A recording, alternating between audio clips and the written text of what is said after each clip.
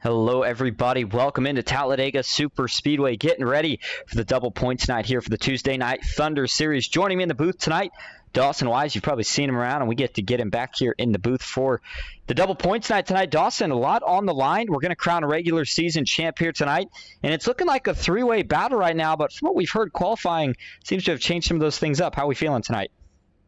Well, I'm feeling pretty good, and you're right. It's about a three-way battle tonight. Cody Nagels, his teammate Matthew Baker, and John Ellis Jr. of the mains group going to be your three guys that we're looking at. And as we go tonight, we'll kind of get into some of the points bonuses that are going to be given out throughout the night tonight. Actually, a couple given out just now, so I'm sure we'll talk about those a little bit during the pace lap. But for now, we'll probably get into your starting order. Yeah, let's get started with the race info before we head right into the starting grid. It is going to be the Talladega 100 here tonight. Going to be in the NASCAR Craftsman Truck Series. Ignore the Xfinity. That's what we were in earlier in the season. Going to be 100 laps here tonight. 100% fuel still as always. Unlimited tires, one faster pair of fixed setups, and there will be a stage break at lap 25. Track conditions a little tricky here today. Track temp coming in at 124 degrees around this 2.65 mile super speedway tri-oval. 4 miles an hour wind and 75 degrees outside. I don't think the wind will be a factor, but that track temp certainly going to be something to keep an eye on. These guys are going to struggle with it. Getting right on into your starting grid. How about the pole sitter tonight? Going to be Jeff Merck. Kevin Free starts to his outside in second. Gabe Butler for Dale Cup makes up the third position with Cody Nagels to his outside in fourth. Daniel Eberhardt and Jason Maines lining up row 3, and John Ellis Jr., Matthew Baker just behind them in row 4. It's going to be Matt Lee starting in ninth with David Sheets rounding out your top 10.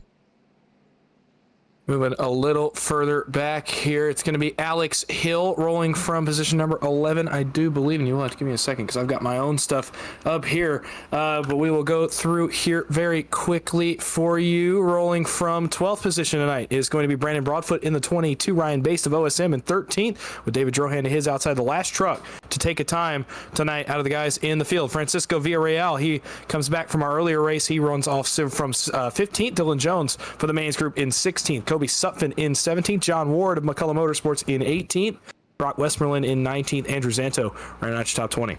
Christopher McCall is going to line up with his teammate Ken McCall Jr. Those two are going to start 21st and 22nd. Mike Davenport starts 23rd with Ron Morse Jr., series owner, to his outside in 24th. Mark Vondell, another one McCall Motorsports driver, he is rounding out our 25 truck field tonight, lining us up from the back of the pack. All right, we're getting ready to go green, but Dawson, give us a little insight onto the point situation as we come in tonight. Three-way battle, I believe, right now is between Cody Nagels, Matthew Baker, and John Ellis Jr. Yep, we're going to have to build this from the ground up as we go tonight. As they ran coming in, Cody Nagels is your points leader. Matthew Baker 17 points behind. Ellis 18 points behind. Just now we gave out the bonus for most poles. Cody does get 5 points for being tied with Alex Hill, his teammate on that. So 22 on Baker, 23 on Ellis. We'll get into some more of the bonuses a little later on. The green flag's about to go in the air. Get the points where you can get them tonight. It's a long one, but it's going to be a fun one. Green flag is in the air. We're racing at Talladega.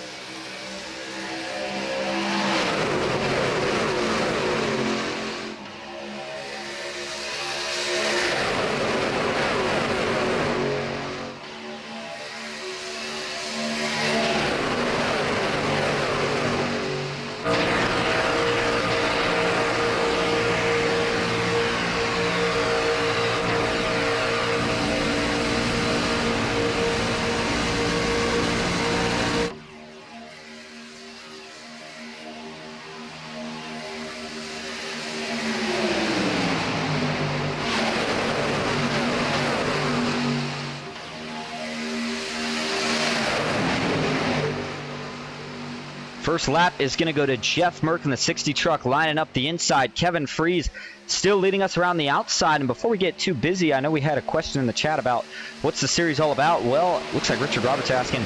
Basically, we had quite a few races up to here. Almost 2 handfuls is the complete season. And just Tuesday Night Thunder, it was a regular payout race, so each race does have top 5 payouts, Money Racing Series, but it's also a points battle, and we do have a regular season champion and then a championship race, which will be next week. So all these guys that have been here each week have been fighting for those weekly payouts, along with gaining themselves some points. And those points all added up here tonight, which has led into that three-way battle. And the man that wins the points, Dawson, I believe is going to be in for at least probably $500. I know that was what we got last season for the champion, maybe a little more, a little less, depending. And then next week, of course, the championship race. A lot of money on the line for that one. Top 16 guys in point will all be eligible for that championship pot. And we're probably talking over $2,000 if I had to guess for that one. Oh, yeah, it's a lot of money. It's a ton of money tonight. I think the most recent number I saw, if we got 25 tonight, was going to be about $618 to our regular season champion. That is, if I had that message right that I saw a little bit earlier on in the night. And three wide, going back here to about Jason Maines, Alex Hill, John Ward, the first three guys to move. As they move up to the outside wall, trying to make it happen early. Gabe Butler going to make it happen around Jeff Merck. And now's when the scrambling starts. And here's where the match play starts. John Ellis has made his way to the back bumper of Cody Nagels. If I've got our live points right based on bonuses that are going to be given out at the end of the night, Cody has a live time 33-point lead on John Ellis. And obviously we'll get into how lap led and most laps led and all that works a little bit later on in the night. But as we run right now, about 33 points separating those two and 42 separating Nagels and Baker. So here we go.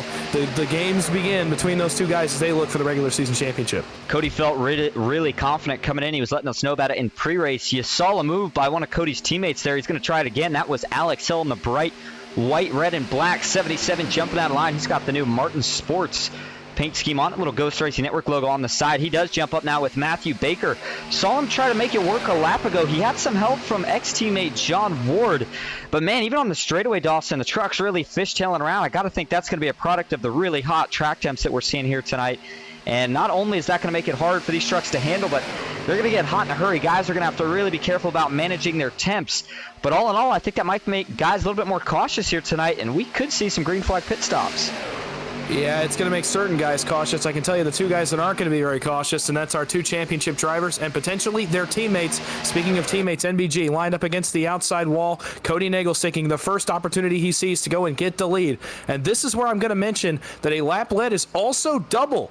So if Cody leads this lap right here as he goes down across Gabe Butler and Baker, there's the first big block across John Ellis as they play those team games. NBG, all three lines. But if Cody can lead this lap, it's going to be an extra 4 points to his lead.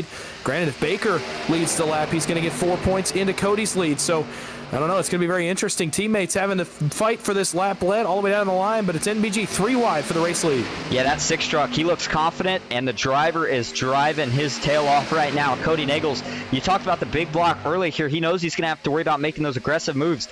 Everybody does have a fast pair, so you can kind of afford to make a mistake, especially when you have as much on the line as Cody Nagels does. But again, we know that NBG splits the pay usually, so I would assume they split that championship pay, or at least if nothing else. You got to think Cody's going to give his teammates a little something to work with since they helped him so much this season. But going more on the teamwork is they kind of get to work as one unit, and we're seeing that here as they control the bottom and middle lane. Matthew Baker now pushing the 77 of Alex Hill through the middle. They stay 3 wide, about 5 rows back before it single files out.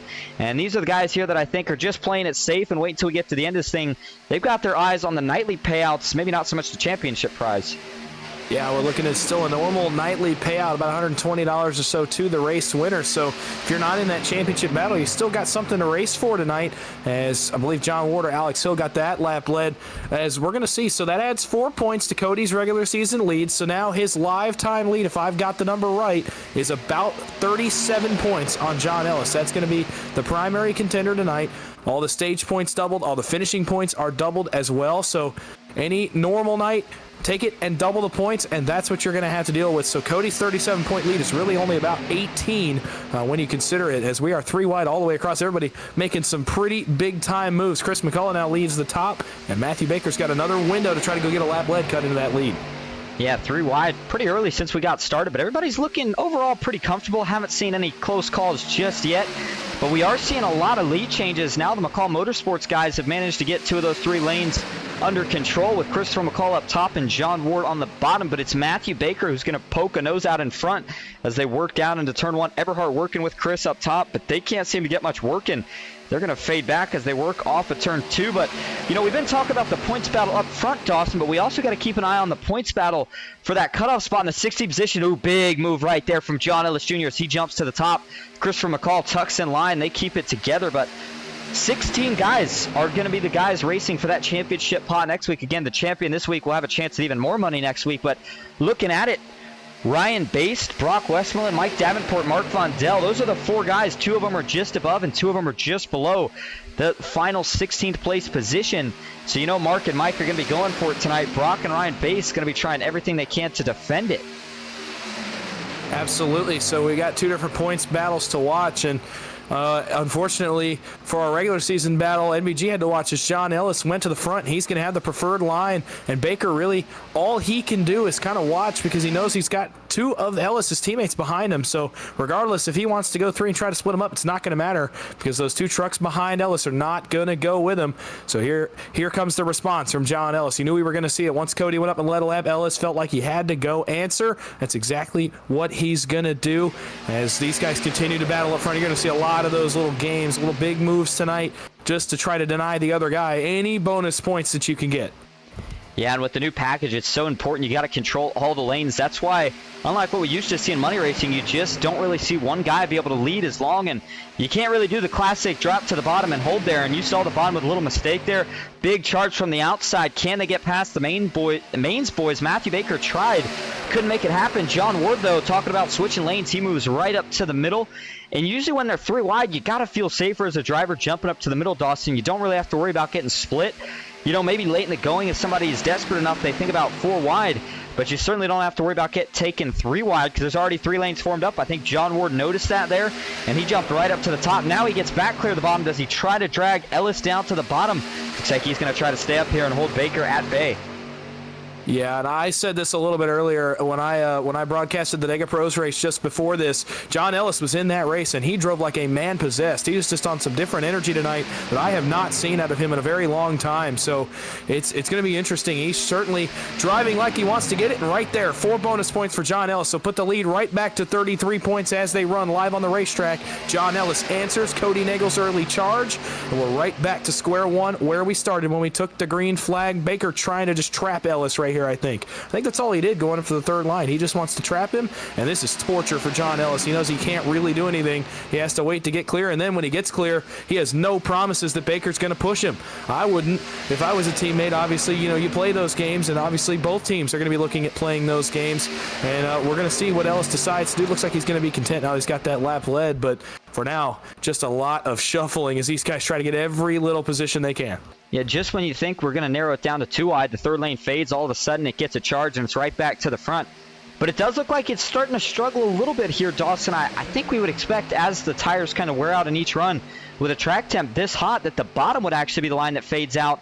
But not looking like that's the case as the 2 mains guys make a big move on the bottom. They coordinated that one perfectly.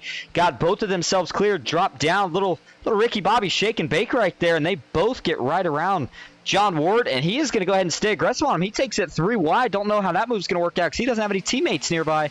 Sure enough, nobody goes with him yet. There's Christopher McCall. He jumps out of line, but I think it's going to be a little too late. They're going to fade back a bit, but everybody right now keeping their eyes focused ahead. They know that we're going to have that single stage break of the race here in about 13 laps. Going to, of course, fall on the end of lap 25. Can we make it till then clean? I think in terms of fuel, we should be able to make it to then, right, Dawson? It'll be close. I think so. I think we definitely will. It's just about halfway into that stage, and if you wanted a team versus team battle for this regular season championship, that's exactly what you've got. It's now the top 8 trucks on the racetrack are either in the mains team or on NBG Motorsports, and Baker is waiting in the wings just a little bit further back behind Daniel Eberhardt. So the guys that have cycled to the front are all teammates, and they show it right here. Mains to the top of the racetrack. John Ellis up against the wall as Hill waits for help from his teammate, but Ellis cycles right back to the lead. Our championship contenders are going to be pretty much 1-2 off turn number 4 as Ellis tries to block all 3 lanes and maintain the race lead. You know, I guess it really shouldn't be too big of a surprise that it is as much of a team race as it is, because all season, most of the time when we see a winner, they're determined by teams. Wow, that was a huge block right there by Alex Hill. He jumped to the bottom. Now it was a teammate, so there's a little more coordination there as Jason Maines, he also jumps to the bottom, gets split. Oh, man, Dawson, things are getting really scary right here down into turn 1. They all hold it together, but now there's some contact between Eberhardt and Hill. They both hold it together, but, man, these guys are starting to put their elbows out here.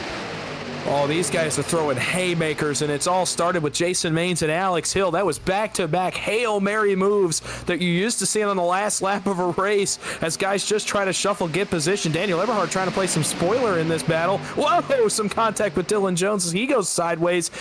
All 8, 9, 10, however many of these guys there are, just throwing their best punch, and we're only 14 laps in. We are in store for a great one tonight if this keeps up. Well, apparently these guys didn't get the memo that we are only on lap 14. Looks like we're racing on the last lap right here. And that is got to be the reason that we have some of these guys sitting back right now. Looks like Ron Morse Jr. did not start the race. I believe he may just be race control tonight. Mark Vondel with issues, though. +1 from where he started, but still in the back here, 24th position.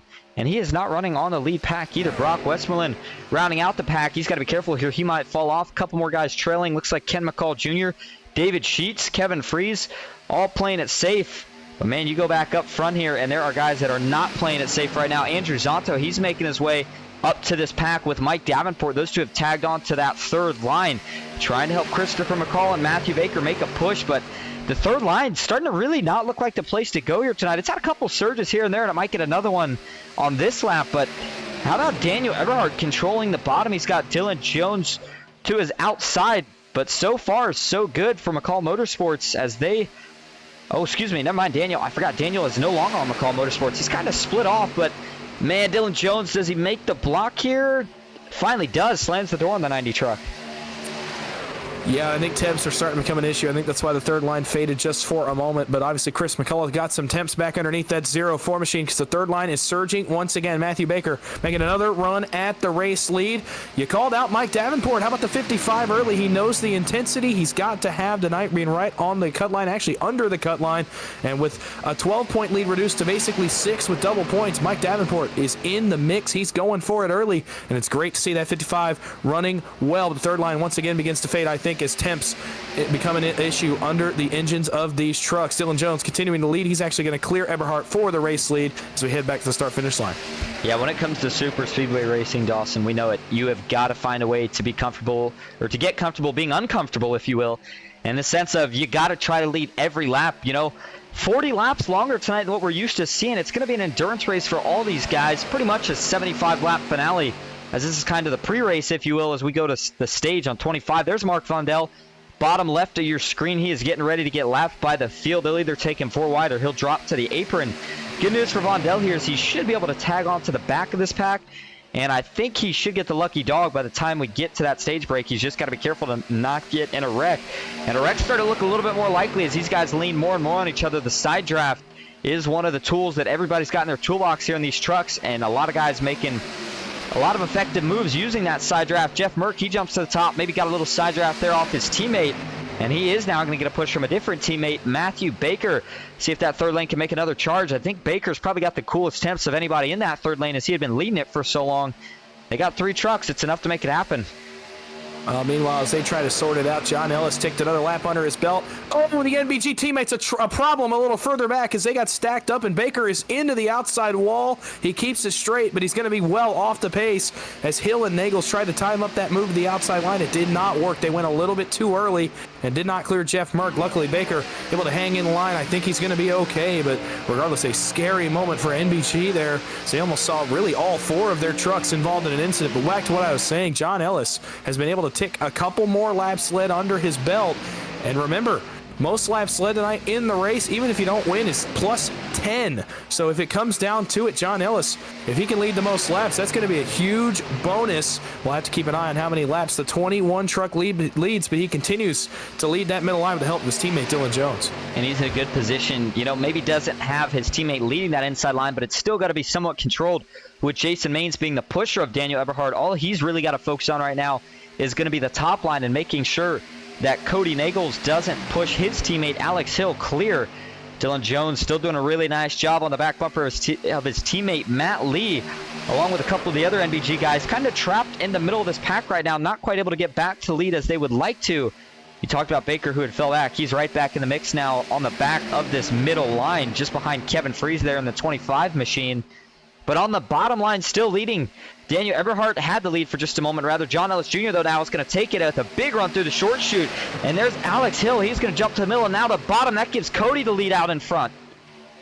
Well, he matched what John Ellis was doing. I'm actually really surprised he didn't stay bottom right there. I thought they were going to be able to trap John Ellis on the bottom of the racetrack where they were before, but alas, John Ellis finds a way to muscle his way back out in front of the field, but we'll see if it's enough. A big NBG run on the outside of the racetrack. Cody, if he gets it, he's going to take it in front of Ellis, and that's exactly what he does.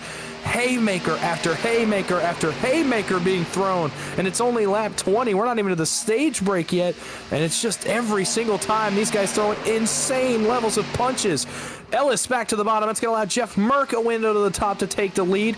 Incredible racing up front as Merck pokes the 60 truck out front of the line. Yeah, you knew Ellis was by no means going to stay in that middle behind Cody for too long, especially when he knows he's got to lead more laps than him, but Cody jumps right back down. And Dawson, you talked about the haymakers. It's really just a battle of, can Cody trap Ellis somewhere, and can Ellis trap Cody somewhere? Ooh, Eberhardt got on the apron there. That was a close moment as he does get back up and gets in line without any incident. But, man, they've stayed through wide. They've kept it clean, and the whole time while these two try to trap each other behind the other, we still got a battle for the lead in the stage break here.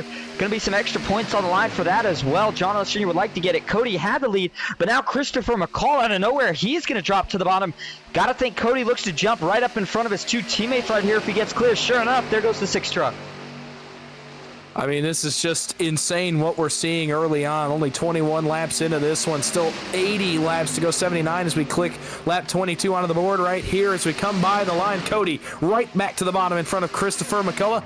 Jeff Merck leads the middle, and now a surge from John Ward and Matthew Baker in the outside line. He's brought Matt Lee along with him. All 5 NBG Motorsports trucks now inside the top 10, but the Mains boys are recovering big time. Kevin Freese, Jason Mains, Dylan Jones coming to the aid of their teammate John Ellis. Briefly, though, John Ward's going to go to the race lead. He may clear Cody here into 3.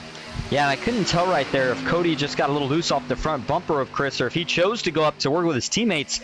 But the outside got such a big run that John Ward gets clear, and now Christopher McCall jumps back up. Cody right here maybe getting a little frustrated saying, come on, guys, what do I got to do? I'm trying to get to the front, as sure enough, he's going to jump right back to the outside now.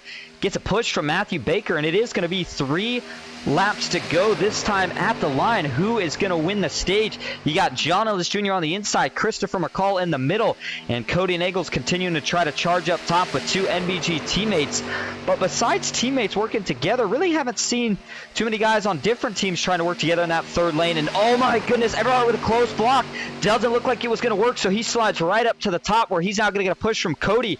Man, I don't know if we can make it another 3 laps, Dawson.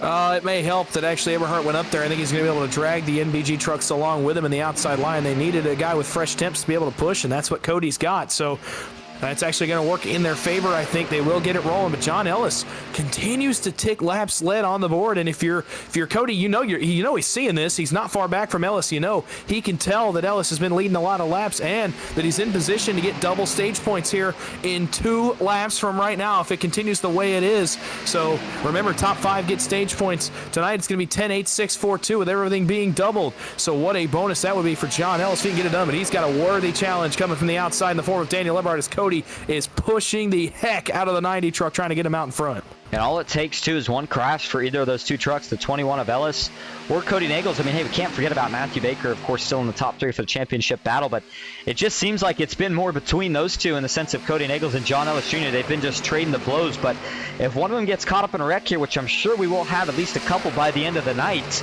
that's going to be a lot of laps that it's going to take for you to get back up there and contend, especially with how competitive these races are. But as they all race off of 4, we are going to go 4 wide. That is, Daniel Eberhardt got caught in the middle, and man, he's getting really aggressive here. He's trying to side draft Cody back. I don't think he appreciated that move too much. Not going to work, though. Cody pushes right by with his teammates, and they are going to try to all drop down. Dylan Jones gets turned up into Matt Lee. That is going to draw the caution and bring the stage to an end as one truck spinning down into turn 1, and it is just going to be Dylan Jones.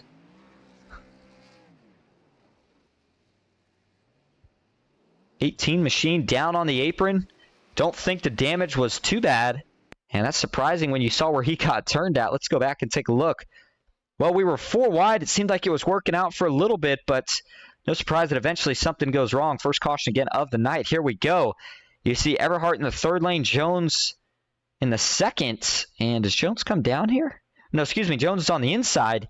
And that's actually Alex Hill who's coming down. And yeah, it looks like they make slight contact. It may have been just a smidge of net code, but I think they're making contact here anyway, even if the net code doesn't get them. Yeah, it just looks like Dylan maybe creeping up just a little bit. And then, of course, Alex Hill maybe just creeping down a smidge. And once they get hooked together, see that's going to turn the 18 to the right. And the only thing that he's going to find next is that outside wall. And actually, a little contact there for Daniel Eberhardt. But he does a pretty good job checking up. And John Ward as well on the third lane. No, excuse me, Matt Lee actually in the 04. He's the one that gets some contact in the left rear. Jones slides down. Ken McCall Jr. does a nice job of avoiding him as well.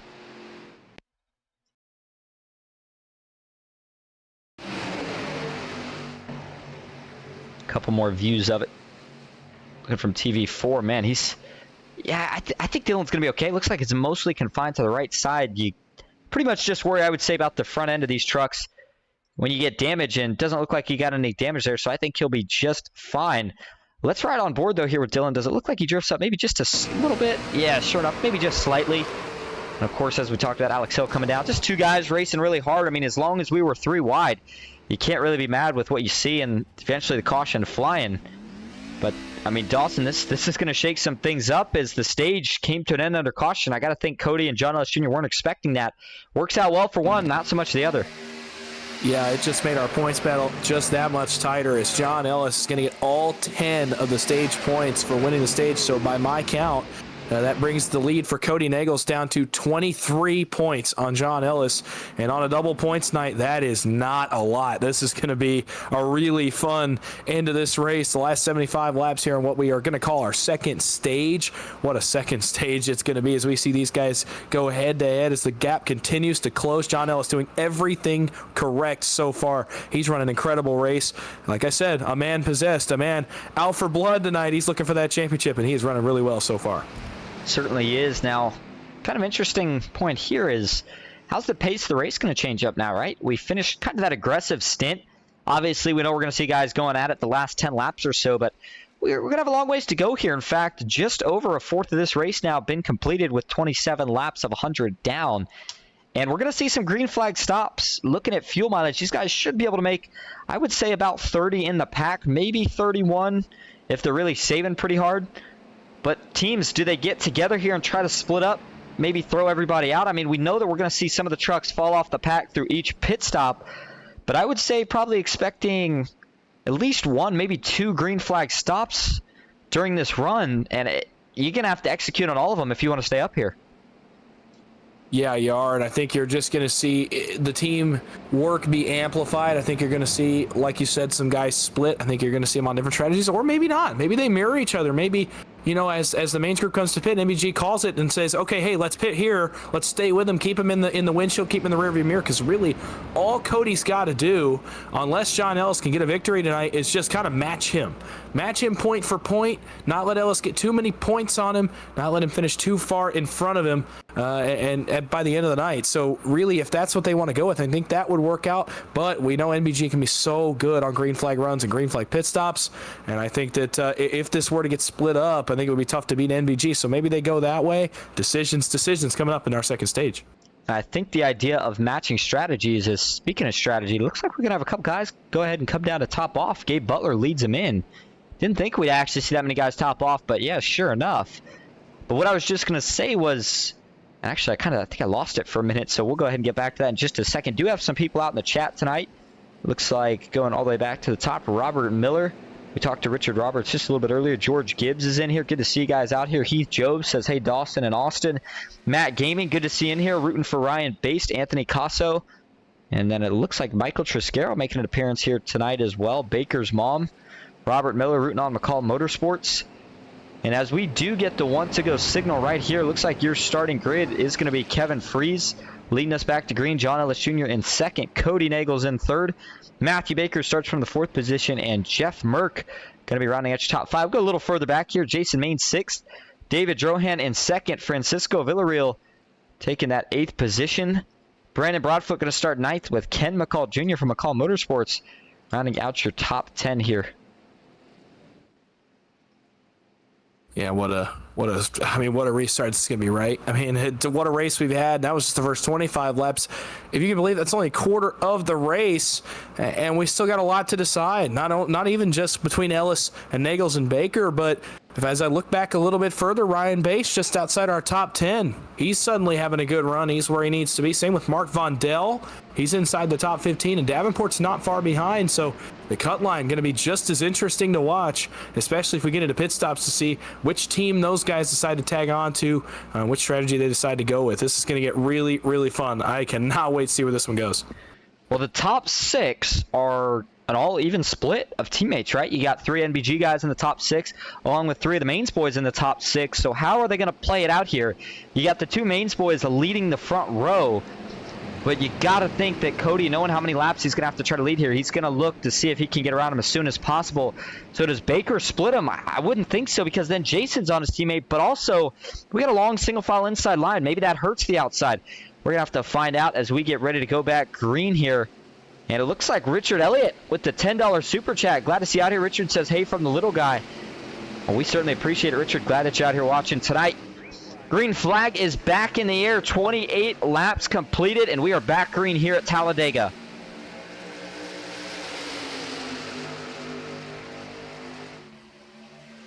Watching these lines go. See if the outside line does get going. It's a pretty good 3-truck group up there, and they do stay even, at least for the time being. As we roll through turns 1 and 2, Kevin Freese pokes the nose out front of his teammate John Ellis as Baker tries to get Ellis clear. So maybe Matthew Baker can start to make a move as the field's really spread out here on this restart. This is not what I expected. I figured we'd get grouped up pretty quickly. Instead, looks like these guys are going to be content to run in a long single file train, only the top 6 double file. Kevin Freese up in front of his teammate Ellis, leaves the bottom of the NBG teammates of Nagels and Merck off turn number 4. Well, again, I talked about under the caution hour. It was interesting the amount of guys that went into top off. Still has me a little scratch in my head here. I know it's always good to have as much fuel as possible, but with the fuel window being 30 and 30, that makes 60 laps. These guys only make it to about lap 90, so I don't think that would change much in terms of strategy. They'd all have to still pit the same amount of times. But we'll see how it works out as you got John Ellis Jr. leading the top, Kevin Freese still on the bottom. And, you know, I'll tell you what, Dawson, Cody, he's trapped right now. I mean, he's got a teammate behind him, but they've got nowhere to go. I mean, if the middle is left wide open enough, maybe he takes the risk to split it. As David Drohan jumps to the top, looks like he's going to get joined and help from the 24 of Francisco Villarreal. Good to see Francisco in here tonight.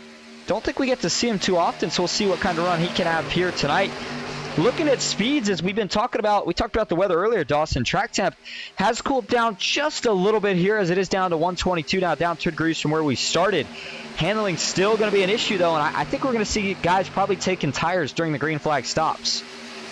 I think so too, at least lefts. That's, you know, usually what you plan on as a driver is left side tires. That's the bare minimum that you can take on a green flag run. I don't think we'll see anybody take 4, at least none of the front runners, on a green flag stop, but certainly your right side tire is going to be hurting by the time we get about 2 to 3 runs into this. As, David Drohan had a big moment a little further back with Brandon Broadfoot in the 22. Brandon Broadfoot washing all over the place back there around Jason Maines. But no, on a green flag cycle, if you can't take rights, it's going to be awfully hard to control your truck on this out of track. Eventually, once we get 20, 30 laps from now, you're really going to start to feel it. So let's see how that affects the race leaders. As up front, 2 sets of teammates once again, top and bottom. Looked like Dylan Jones had a little bit of a big moment there just before we entered turn 3. You can tell Alex Hill, he's impatient right now. He may not be in the championship battle, but he is looking to get back to the front. He wants to get himself some money here tonight. On the bottom, though, John Ellis Jr. still leads Cody Nagels. Each lap that continues to tick by, the harder of a deficit it's going to be for Cody to overcome. Meanwhile, on the outside, as we stay 2 by 2, take a look back here in the pack. Mark Vondell. Still issues here. He got grouped up. I'm not sure what's going on with Mark here tonight, but he has lost the pack again. In fact, lost about half a lap. Truck looks clean, so not sure what the deal is. Andrew Zotto as well has lost the pack, so not sure if these guys maybe had some trouble off the start or what. John Ward, though, here in the back of the pack, rounding us out. Gabe Butler, Mike Davenport. There's Brock Westmoreland talked about. He's one of the guys on the bubble looking to get in so that he can compete for that championship pot here next week. David Sheets, Matt Lee, Christopher McCall. Ooh, some more contact back here as things are starting to get dicey. And on that note, we will head right back up front where here is Brandon Broadfoot. Best finish of the season in Tuesday Night Thunder came as a second place finish. The Blue Lightning Motorsports driver looks a little uncomfortable right now, man. There's a lot of contact going on in that second row, Dawson. Yeah, and it's going to allow John Ellis to drive right back to the race lead. We had a huge scramble off turn number 4 last time by as the teammates kind of just matched each other's moves. Oh boy, scrambling, trouble, and Nagels is involved. He slides to the apron. Daniel Eberhardt slides as well. No caution, and they all save it, and that is going to hurt Cody Nagels greatly. Yellow flag out now. And now the caution is out. And that's a big deal, right? Because you just talked about it. Cody Nagels, that would have been absolute disaster, especially if we would have got spread out. But man, oh man, Cody right now is probably taking a deep breath. He was probably about to flip his top on that one. My goodness, looks like Jason Maines, does he have some damage? Truck looks kind of odd. Certainly looks like he's got some damage, at least on the left front, maybe just a little bit. Can't tell as he rides on the apron yet.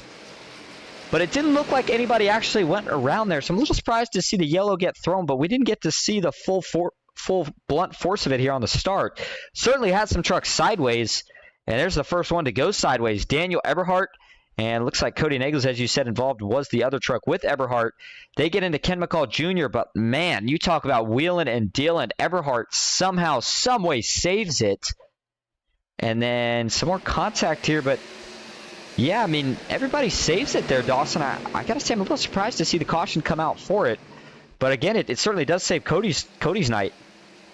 Oh, yeah, and Cody, you got to think he's feeling a little bit of relief right there, because that would have been a devastating blow to his championship hopes tonight, as John Ellis has just continued to run up front, continue to match every move Cody makes, and Ellis's teammates as well are able to counter NBG. They're one of the few teams we've been able to see that's really able to go move for move with NBG, punch for punch, if you will, in this race. So, man, Cody gets saved on that one, but he's got work to do to get back up to the front now.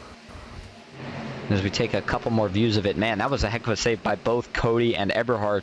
But I think we're going to ride on board here with Daniel Eberhardt, as he was almost 90 degrees sideways, definitely 45, and he held on to this. Of course, had to use Ken McCall Jr. There's a little bit of a cushion, but they both hang on, and we're going to go for a ride right here. Just a lot of hard racing. We'll take a look from the chopper view, but two guys, I think, just get together eventually, as there was just too many trucks trying to go to too many lanes at once. You saw the 24, Francisco Villarreal. He backed out just before this. He didn't like what he saw, and I think his instincts were right on this one. You see Eberhardt on the outside. Broadfoot's kind of in the middle here, kind of in an awkward position, and I think Cody's trying to maybe hold up just a little bit so Kevin can decide where he wants to go. Jason, maybe a little tap to the back bumper of Cody. That gets Cody offset, sends him up into Eberhardt, and that is where all the contact ensues. So I think the 90 truck and the 03 as well, Eberhardt and McCall, both got the worst out of this. But overall, I think we're going to go yet another caution where nobody has to take a fast repair here tonight. Wow, props too. I mean, for both those guys, I thought for sure Eberhardt and Nagels were destined for the inside wall. The way they spun, I thought for sure I was getting ready to wince as Cody bounced off the inside wall, because boy, what a tough break that would have been. Luckily, they all keep it straight somehow, and I think that's part of a product of the teamwork we've seen tonight, because Cody was just kind of stuck in the middle of a move where the mains team was countering what NBG had just done. It was a big scramble between the two teams, and unfortunately, it leads to an incident. Obviously, nothing malicious there, but just kind of one of those deals where teams are, trying to counter everybody. Like I said, go punch for punch, and right there, it works out for Ellis, but not as much for Cody Nagels. How about the run right now from the 42 machine of David Drohan? He's up 11 from where he started. I know we still got a long ways to go, but can never take the thought out of the back of your mind to the Superspeedway of what if David Drohan gets his first win of the season here tonight? That'd be a pretty special one. We'll have to see if he can cap the job off. Now, we were trying to go through the pack a little bit here, and I want to make sure that we give credit to everybody that we've seen in the field tonight. Matt Lee finds himself on pit road right now. We'll see if the 04 can find his way back out on track. There's Dylan Jones in the 23rd position. Daniel Eberhardt starting 22nd on this restart. Jason Maines 21st. There's Mark Von Dale back up with the pack down. Going to be starting 20th. We'll see if he's able to hang on this time. Cody Nagels in 19th. Andrew Zonto in 18th. Francisco Villarreal in 17th. Christopher McCall in 16th as he goes back down the pits. John Ward stays out. David Sheets in 15th. Ward in 14th. And you go up here. Gabe Butler in 12th. Kobe Sutphin, one of the new guys out here tonight, running in the 8 truck.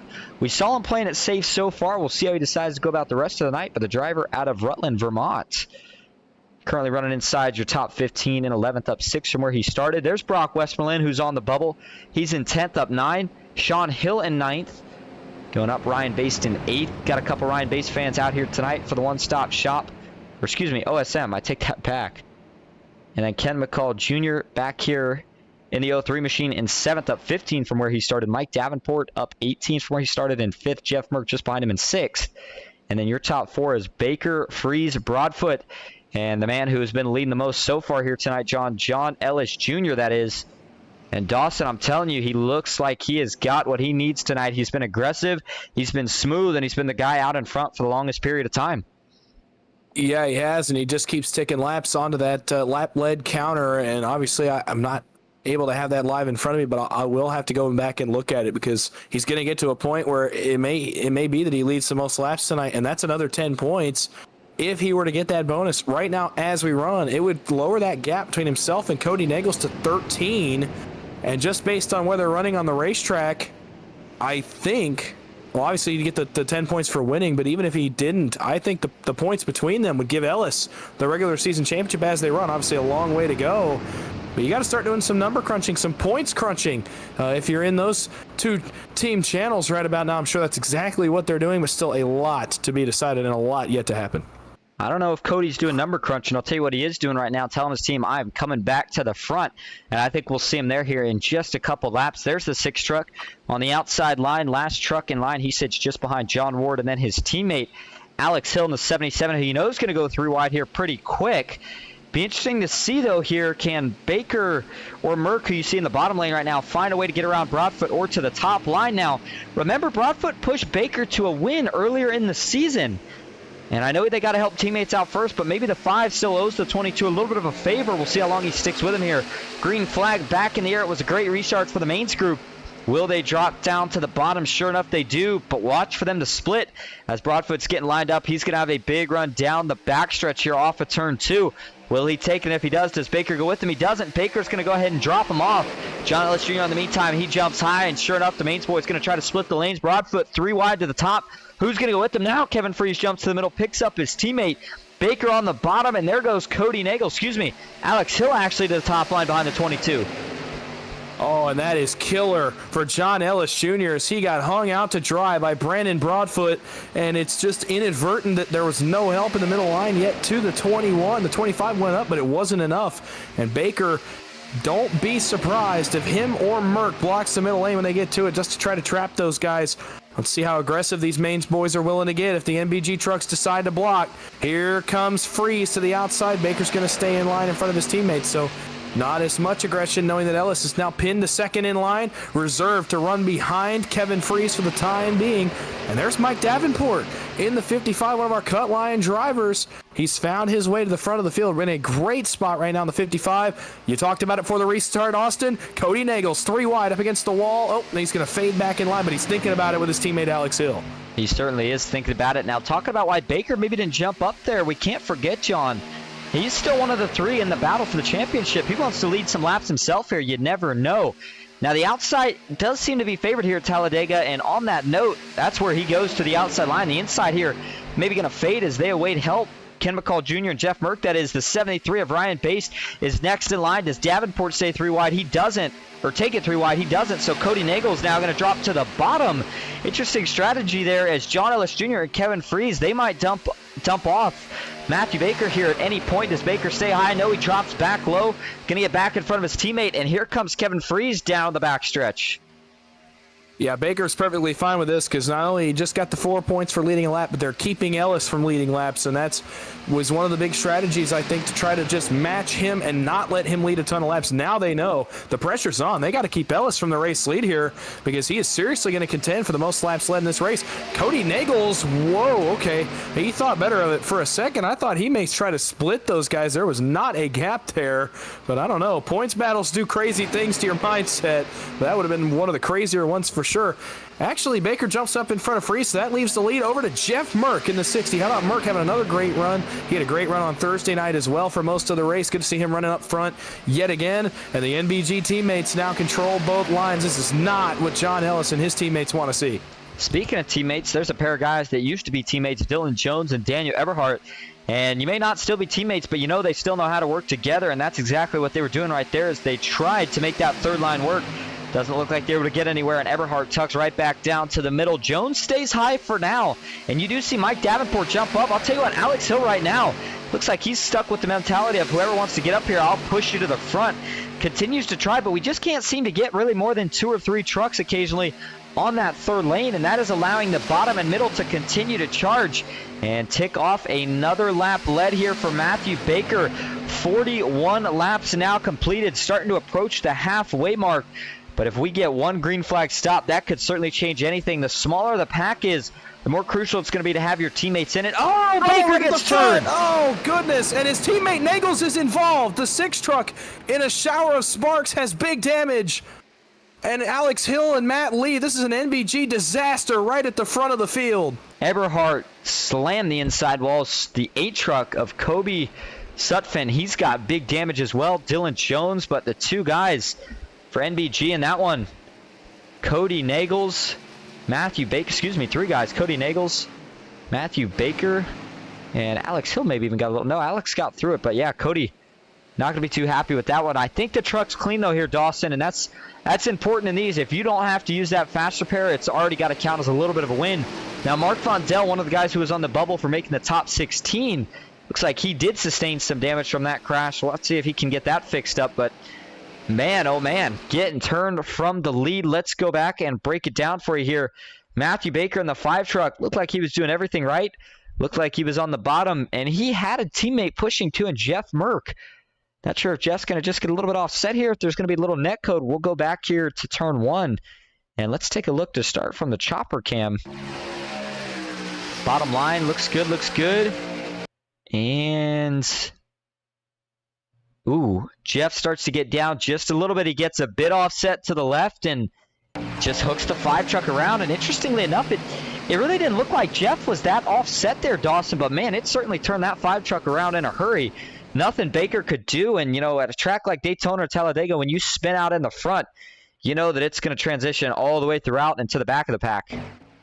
And in this case, it is just a worst case scenario if you're an NBG Motorsports truck, because 4, I believe, of their 5 trucks are involved in this one, and even worse than that, it's Merck that inadvertently starts the incident at the front of the field. And oh man, I mean, this is killer. You got a lot of time, luckily for Cody, to regain himself, regain his composure. I'm sure he's frustrated right now. It's another frustrating moment for him in this race. He just got back to the front from the first incident, but you're right. I think the truck is mostly clean. He got a couple of big hits in that, so we'll have to see how long he spends on pit road, but a ways to go once again for the driver of the 6, and now it allows Ellis pretty much free reign up front to do whatever he wants, try to go get some more laps led. Well, Ryan Baste and John Ward, a couple other guys that got really big damage on that one right there. But we talked about, we saw Daniel Eberhard, watch him come down. He's going to smack the inside wall, bam. And then the 8 of Kobe Stufin, just nowhere to go. Sutphin, excuse me. Nowhere to go there as he makes some contact with Andrew Zonto, it looked like, or David Sheets. You can tell from the cockpit cam right there. Gabe Butler in the back of this, and then Mark Vondell made some contact with Matthew Baker. So yeah, NBG going to have some work to get all the way back to the front, and the question would be, how clean are those trucks going to be? I don't think if you're Cody, you use your fast car. I think he's good to go. Baker, on the other hand, it might be kind of pondering in the mind right now, but if you got enough RPMs, or full RPMs rather, and you don't have too much damage, enough to stay with the pack, a lot of laps left, I think maybe you save it for a little bit of a later caution here, as I think we'll probably get some more, and we're starting to go on a little bit of a trend here.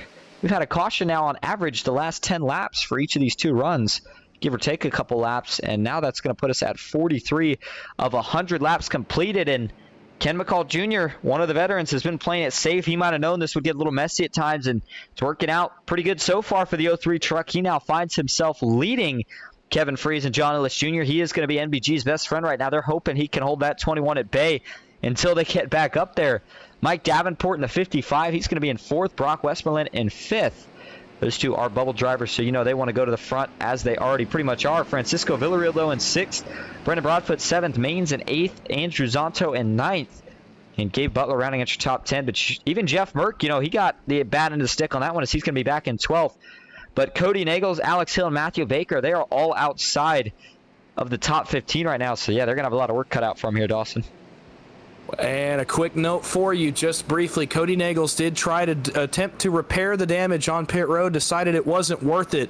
I believe, from what I can tell, he has invested the fast repair, so Cody Nagels, he figures it's desperation time. He had to use it to try to match John Ellis tonight. The damage was going to be too much, and so he uses the fast repair. That's going to be interesting to note. One more crash could end the chances at a regular season championship for Cody Nagels, but he decides it's worth the risk to try to go and get up there and challenge John Ellis.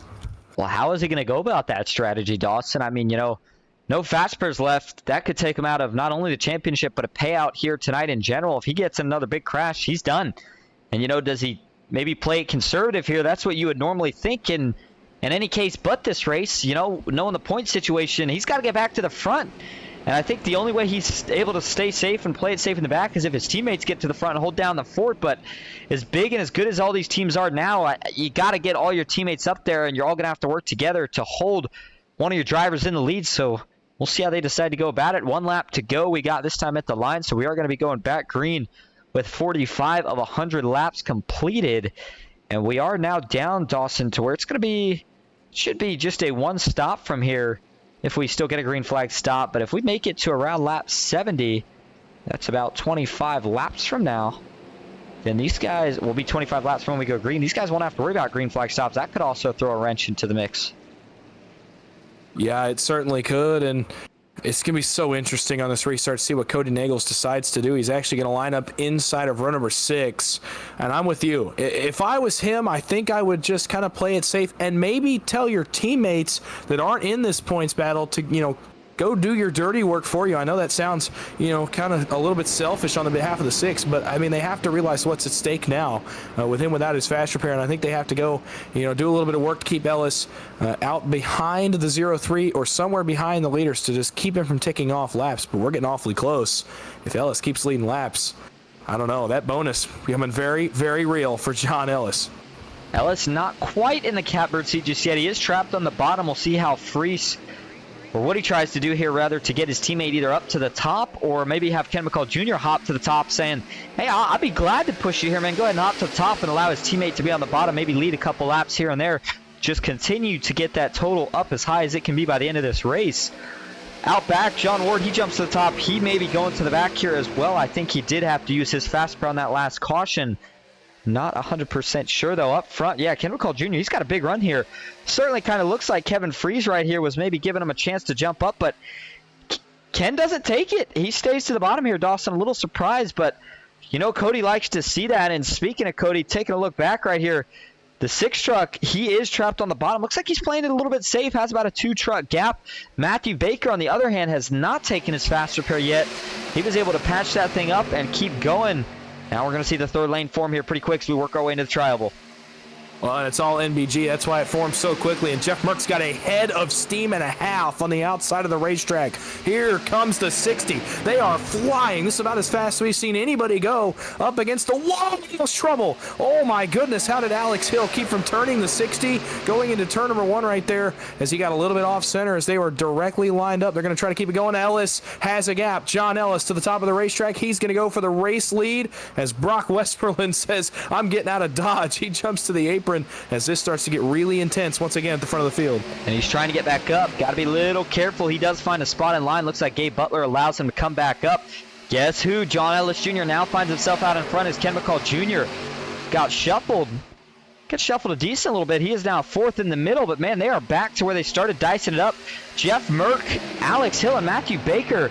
2 out of those 3 trucks, they don't look too pretty. They got some damage to them. Matt Lee jumps to the high side. Man, guys shuffling everywhere. A lot of fishtailing going on. But now Jeff Merck back to lead John Ellis Jr. trying to get clear of Alex Hill. And if he does he jump up? I don't think he does because he knows that 77 is going to split him, take him 3 wide. This is exactly what Cody Nagels needs to see right now. Ellis jumps to the top, back to the bottom. Kevin Freese got turned. Did he save it? He did. But he's got to come back up, find some room, makes it work. Man, oh man, the Mains boy is getting pushed around a little bit right here. Yeah, and as soon as they started dicing, I'll tell you what, I guess the NBG guys must have given Cody a signal, because Cody has dropped out of this lead draft. He's all the way at the back, and honestly, probably not a bad play. As here we go, NBG playing some more games, trying to get Ellis from getting another lap led. Let's see if Merck or Hill take it in front of John Ellis. No, they're going to stay on the bottom, just trying to lead laps. In the middle, it's John Ellis, Matt Lee, Jason Maines, Dylan Jones, so watch out. The Maines boys may hang Matt Lee out to dry, but not for long. Here comes Alex Hill. NBG now controls the bottom and the middle. Do the Maines boys try to split these guys out? I don't know. We might have Flicker. Yeah, thought it was a wreck. Didn't mean to cut you off there, Dawson. Certainly looked like maybe an incident there for a minute, but I think it was just a truck blinking out as we saw some sparks fly getting down into turn 1. But, man, I'll tell you what, Dawson, I think Alex right there, I don't think him or Merck care too much about which of those two guys lead the most laps here tonight. They're just splitting, trying to defend as many lanes as possible here to keep John Ellis Jr. at bay. Well, that's the goal. And, I mean, that's what we said from the top of the broadcast tonight, is basically that the Maines teammates for Ellis are going to have to try to hold Cody at bay. Well, now the NBG teammates do that against John Ellis. They know how many laps he's led. They've seen it with their own eyes. They've watched as John Ellis has ticked lap after lap on the board, and they're just going to try to go hog laps here. That's all they're doing. Here come the teammates, though, up on the outside. Jason Maines, Dylan Jones, Kevin Freeze, and Andrew Zonto may go with them. Ellis up to the outside. Maines lined up. Merck up to the middle. Team games once again dicing off turn number 2. Here comes the 21. McCullough almost gets turned off turn 2, but he keeps it going. It's going to give John Ellis the race lead. Oh, we're not done wrecking yet. There we go. Into the outside wall goes Jeff Merck. Couple going to slide down low. Dylan Jones is in it. Everybody else gets through. Cody, though, making some evasive maneuvers. I think he gets through unscathed. And looks like, sure enough, the 6 car was able to get through without getting hit. And, man, that looked like a mess off turn 2, starting with Ken McCall Jr. getting sent down towards the inside wall, and they just were not able to hold it together. There was just too much going on there. I mean, once the cavalry showed up, Dawson, the teammates, that is, John Ellis Jr. hopped to the top. I mean, there was just no way they were going to stop it, but didn't necessarily look like the wreck had originated there. It looked like it was, again, started on the bottom and then kind of worked its way to the middle and eventually the top. Let's go to Dylan Jones here and see if we can get a view. Ken McCall Jr. on the bottom. He's got his teammate Christian McCall behind him. Yeah, he just gets a little bit of a bad shot. That sends Ken down to the apron. He does a good job saving it, though. Now, further back, looks like... Ooh, is there some contact there between Sean Hill and Dylan Jones, maybe? Let's back it up. Looked like the Maines group, they kind of all fishtailed like a snake, and they all followed each other until eventually... Not sure if Dylan came down or Alex came up, or maybe a little bit of both here. If we played in slow motion for you... There's the middle line. Looks like, is that Matt Lee? Yeah, he comes up the track a little bit, tucks back down the line. No harm, no foul. John Ellis Jr., Jason Maines, they all follow to the top of the track. Then they all kind of snake back down. And, yeah, at the same time, Alex Hill coming up a little bit. But that one did look like a little bit of netcode between those two. Meanwhile, Jason Maines and Daniel Eberhardt, those are the two that actually make contact. No netcode between those two. They just make some contact there. That might have been off of... Sure, there may have been a little netcode here from Alex Hill. Yeah, it's hard to say. That might have been a little contact there from Alex Hill. Him and Jason Maines gets him in the left rear, sends him into Daniel Eberhardt. Eberhardt and Maines go into the outside wall here. And then look at all these guys that are going to just shuffle down to the bottom. Do they all miss the wall? No. Matt Lee, tank slapper. So does Ken McCall Jr. I don't think he gets it quite as bad, but still does make significant contact, to say the least. But it's a tough break for Eberhardt and Jones, but good break for Cody Nagels. He's going to like seeing any caution that we get where it damages the trucks he's racing. Guess the bad news for Cody is the man that he's racing the hardest, John Ellis Jr., he was not involved in that. But Cody does a nice job getting through it. Yeah, a little bit of good news for Cody, though, as they hung John Ellis out on the racetrack. Everybody except John Ellis and Francisco Villarreal have come to pit road. So I'm not sure what the strategy call was on Ellis right there, but they baited him behind him as long as they could. They waited, and then hooked a left and left John Ellis on the racetrack. Maybe some fresh tires going on. Some of the NBG trucks a little further back. Maybe they're going to have a little bit of an advantage now, leaving John Ellis on the racetrack on what I'm sure at this point are about 30-lap-old tires. So, I don't know, maybe a strategy call there by a couple of teams a little further back. John Ellis, though, going to get the short end of that one. And we are now officially just one lap over halfway through this 100-lap event. And, you know, Dawson, I think the reason it is a 100-lap side, if I had to guess, is because of the double points and all the factors being thrown in. The main one, of course, being the most laps led, it gives, you know, more of a chance. Hey, we have 60 laps. John Ellis Jr. somehow manages to lead 30. His job's done, right? So, of course, with the more laps tonight, it gives more opportunity for either Cody, John, or even Matthew Baker to try to lead the most laps and have more chances at it. As you talked about, John and Francisco, the two that stayed on the track. Gabe Butler going to be starting 3rd, Ken McCall Jr. 4th, Brock Westmoreland in 5th, Christopher McCall 6th, Andrew Zonto back in 7th, Mike Davenport in 8th, Matthew Baker 9th, and David Drohan rounding out your top 10. And as we should be getting the one-to-go signal this next time, going to have a lot of things to develop here before we take the green flag. We'll be right back here at Talladega. Stick with us.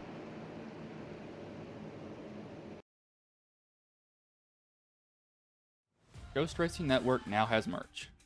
Go to grnmerch.com to browse our selections from stickers to custom-made by request hoodies and shirts. If you've ever wanted to support Ghost Racing Network outside of YouTube, here's your chance. Ghost Racing Network, for the scary side of iRacing.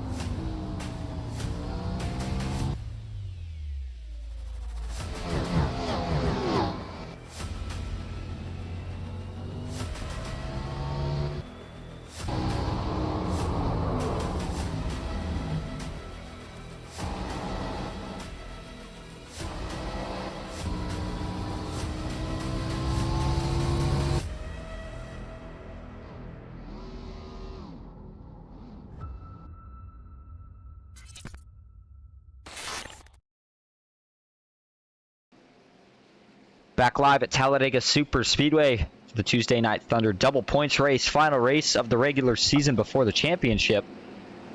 And it's been a good one so far. If you're just tuning in, you may have missed a lot, but there is still a lot more that you won't have to miss, and we appreciate you being here watching Dawson Wise and Austin Green on Ghost Racing Network.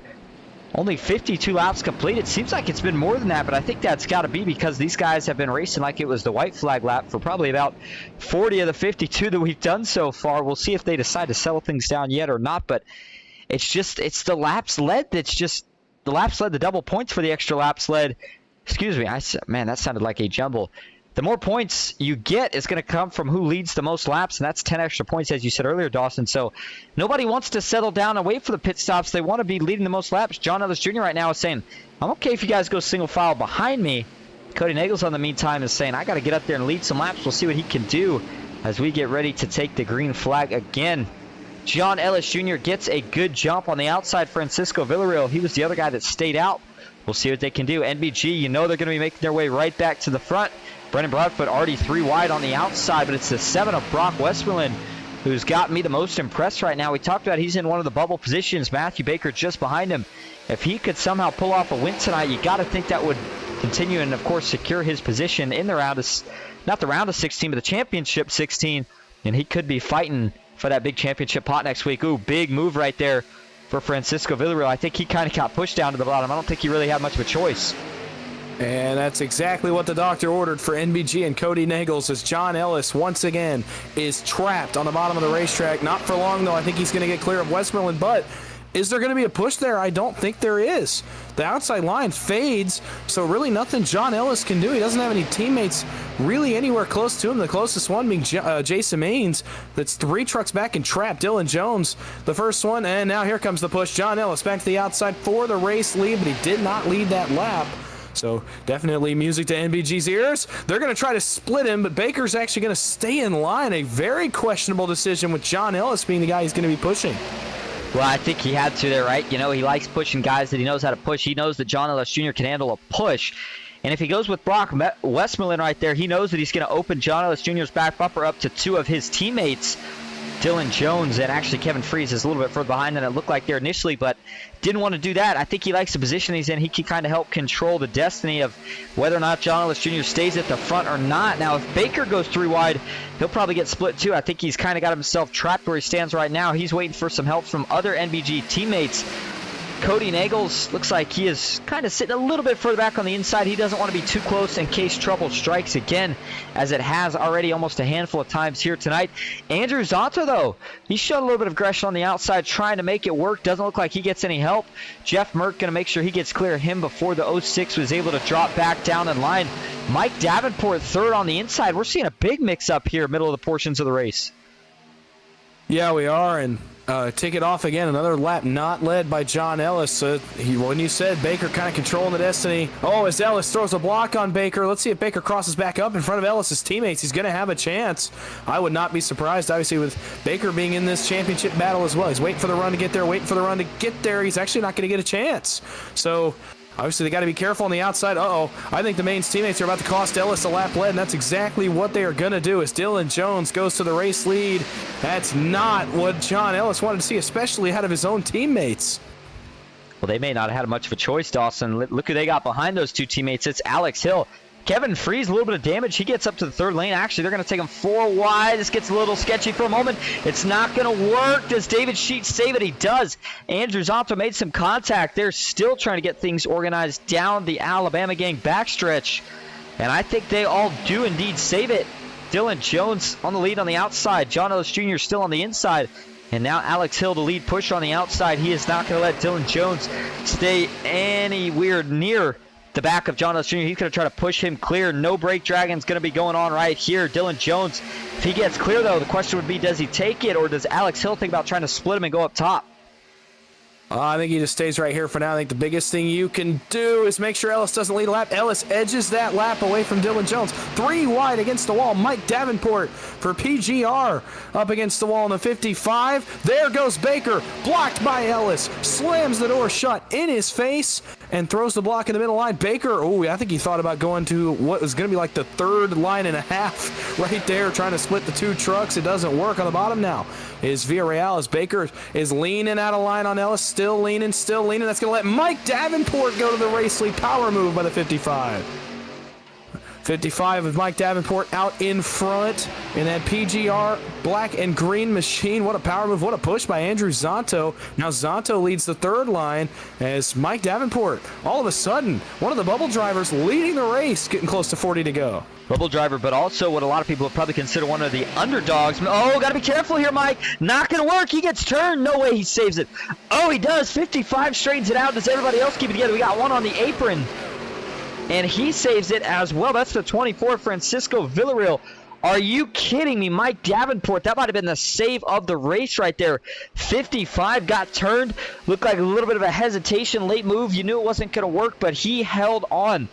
Oh, my goodness. We have got to go back and take a look at this one, Dawson. That inside wall was coming up in a hurry, but somehow the 55 was able to turn it back right and keep it outside of it.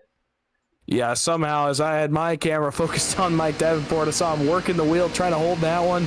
And boy, what a job he did. Now, it does cost him, but I'm sure he'd rather just go to the back, wait for a caution, and, maybe he'll have to get a lap back, but I'm sure he'd rather that than have a totaled race truck right now. And that's for sure what I thought he was destined for.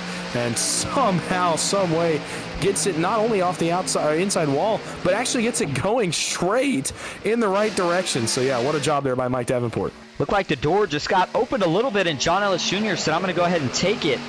And in the meantime, how about Andrew Zonto?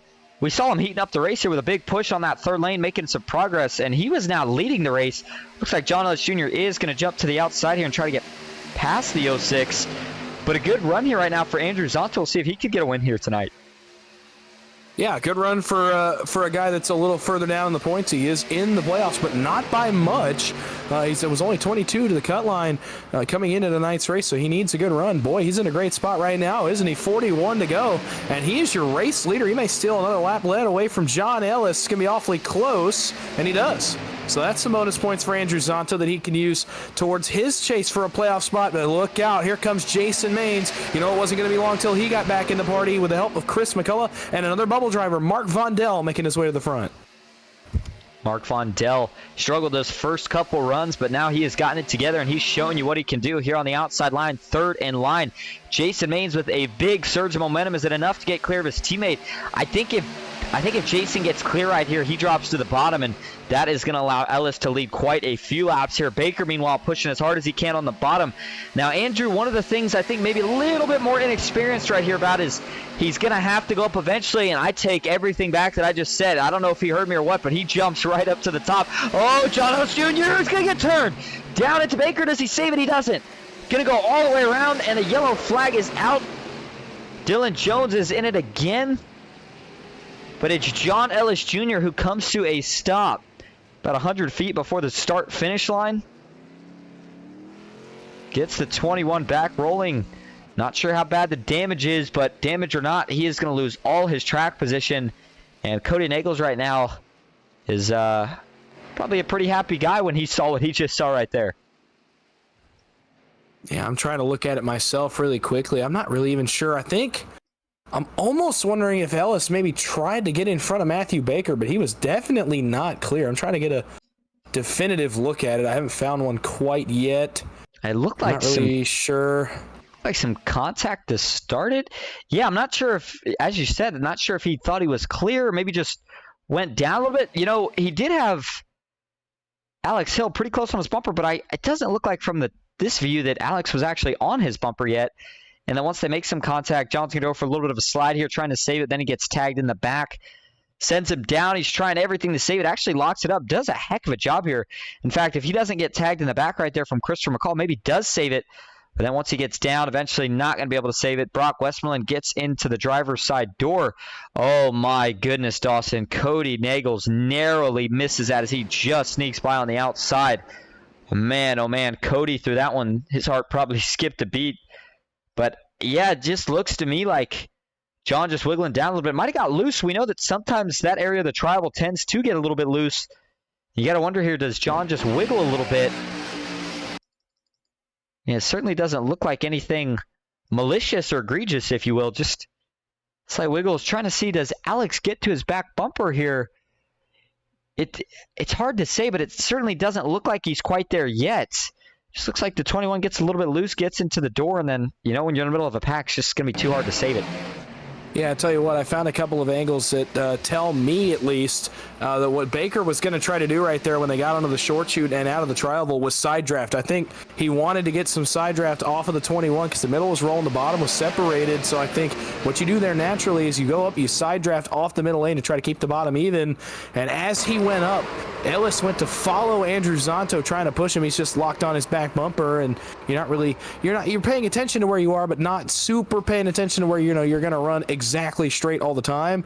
They come together. There was some contact between Baker and Ellis, but I don't think it was malicious. I think they just went for the same spot at the same time, and I think Cody's heart might have skipped 2 beats right there, Austin. 1, because he narrowly missed the wreck, but 2, when he realized the wrecking truck was his championship competitor, John Ellis Jr. Yeah, and it'd be interesting to see if John needs fast spare. His rear bumper cover had fallen off and then, I guess, kind of teleported back on, if you will. But, of course, getting T-mode in the side, I don't think he really took too much damage in the front. Man, that was such a close call for Cody Nagels. You saw Dylan Jones get spun out of line as well. He just went for an innocent slide. But I think Dylan's gone for about 3 or 4 slides here tonight as part of the 5 cautions we've had so far. 62 of 100 laps now completed, still 48 to go. Guess who's your leader? Mr. Mark Vondell up 24 positions from where he started tonight. Good to see if Mark can get himself a win. Already got a win in Tuesday Night Thunder. Wasn't there that week to commentate it, unfortunately, but it'd be nice to see if he can get himself one here tonight. Certainly will be here for that one. Matthew Baker talked about in second. Gabe Butler going to be third here. Sean Hill in fourth. Jeff Merck going to be rounding out your top 5. It's Christopher McCall back in 6th. David Sheets 7th. Andrew Zonto in 8th. Ken McCall Jr. in 9th. And David Drohan currently rounding out your top 10. And they're right outside, actually going to be inside the top 10 as guys pit here coming to 1 to go. is where you find Cody Nagels, and now he's got a decision to make. Ellis is behind him, so he's got to decide, do I still sit back here, play it conservative? Obviously, that almost didn't even work for him on that incident in the trial, or does he take advantage of this opportunity, go up, try to get some laps led while John Ellis has to work from the back here and may have a damaged truck, hurt enough to the point that he can't go up and lead anymore? I don't know. It's decision time, and I don't know. If I were Cody, I think I'd still stay where I'm at. Obviously, with the buffer he has, I think he's still okay to just ride where he's at and rest assured knowing that John Ellis cannot lead a bunch of laps here. Well, looking at it, if John Ellis Jr. leads the most laps, but Cody is able to finish far enough ahead of him, or correct me if I'm wrong here, Dawson, just ahead of him in general, I think he would still get it. And if that's the case, if you're Cody here, then I think maybe play conservative a little bit for now. We'll see how John Ellis Jr. decides to go about it, though, is looking at the weather. Track temp continuing to go down, now at 117, down from 122 last time we checked. Winds varying about 3 miles an hour to 6 miles an hour, depending. And in sim time, it is now 2:15. So as the afternoon continues to go on here in the sim, track temp will continue to cool. If you are just tuning in, again, we appreciate you being here. We got the one to go signal, so we're getting ready to go back green. And definitely a little bit of a shakeup now with Mark Vondel leading the inside line. We'll see what Alex Hill decides to do here. Going to have to be careful on the back bumper if Mark doesn't want to get him turned in the wrong direction. Andrew Zonto and David Drohan, two of the teamless guys in here tonight. We'll see if they maybe work together and look to that third lane. Zonto has been very fast on the third lane. He's been a great pusher, maybe a little bit better of a pusher than a leader so far here tonight, but he has led some laps as well. And I think he'd like to get right on back to that position. Still expecting potentially one more green flag pit stop, Dawson, but each lap that goes by decreases that chance more and more. And if we get a caution anytime on, I would say, lap 70 or after, we're not going to have to worry about that green flag stop. Jason Main's a little bit of an issue there. He quickly gets back up to speed. And here we go, getting ready for the green flag start. Take us away, Dawson. Into the restart zone they come. Mark Vondel has the field in hand. 37 laps to go from Talladega here in the regular season championship for Tuesday Night Thunder. And away we go, headed for turn number 1. The bottom really goes. Mark Vondel, an excellent restart right there as he looks to get some help from Alex Hill, who's going to be clear up in front of his two teammates, Jeff Merck and Matthew Baker. A quick note for you, Austin, and this is a devastating blow if what I think has happened has happened. Cody Nagels is no longer on the racing surface. He's had some form of catastrophic issue, some kind of connection issue. He is no longer on the racetrack. He disappeared, coming back to the green flag, and has not yet reappeared, and that could prove to be fatal tonight if Cody is not able to get back on the racetrack here in a quick amount of time. He's going to be so many laps down that he cannot maintain position, and oh boy, that could be such a devastating blow to his hopes. Yeah, we just checked it. Sure enough, that is horrific news for Cody Nagels. Man, he's not going to be happy right now, and he was doing a lot of things right tonight. Looks like he is back in here. Shows him on the pit now. And, the one good thing here for Cody is, Ron talking before the race, these championship contenders, if they have an internet, yeah, Cody's back rolling now.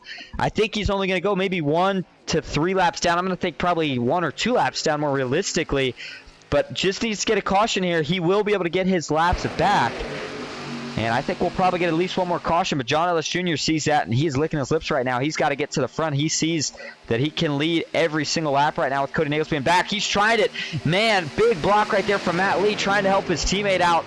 And Andrew Zonto jumped to the top as well. Ellis and Freeze both saw that. They go right back down to the middle.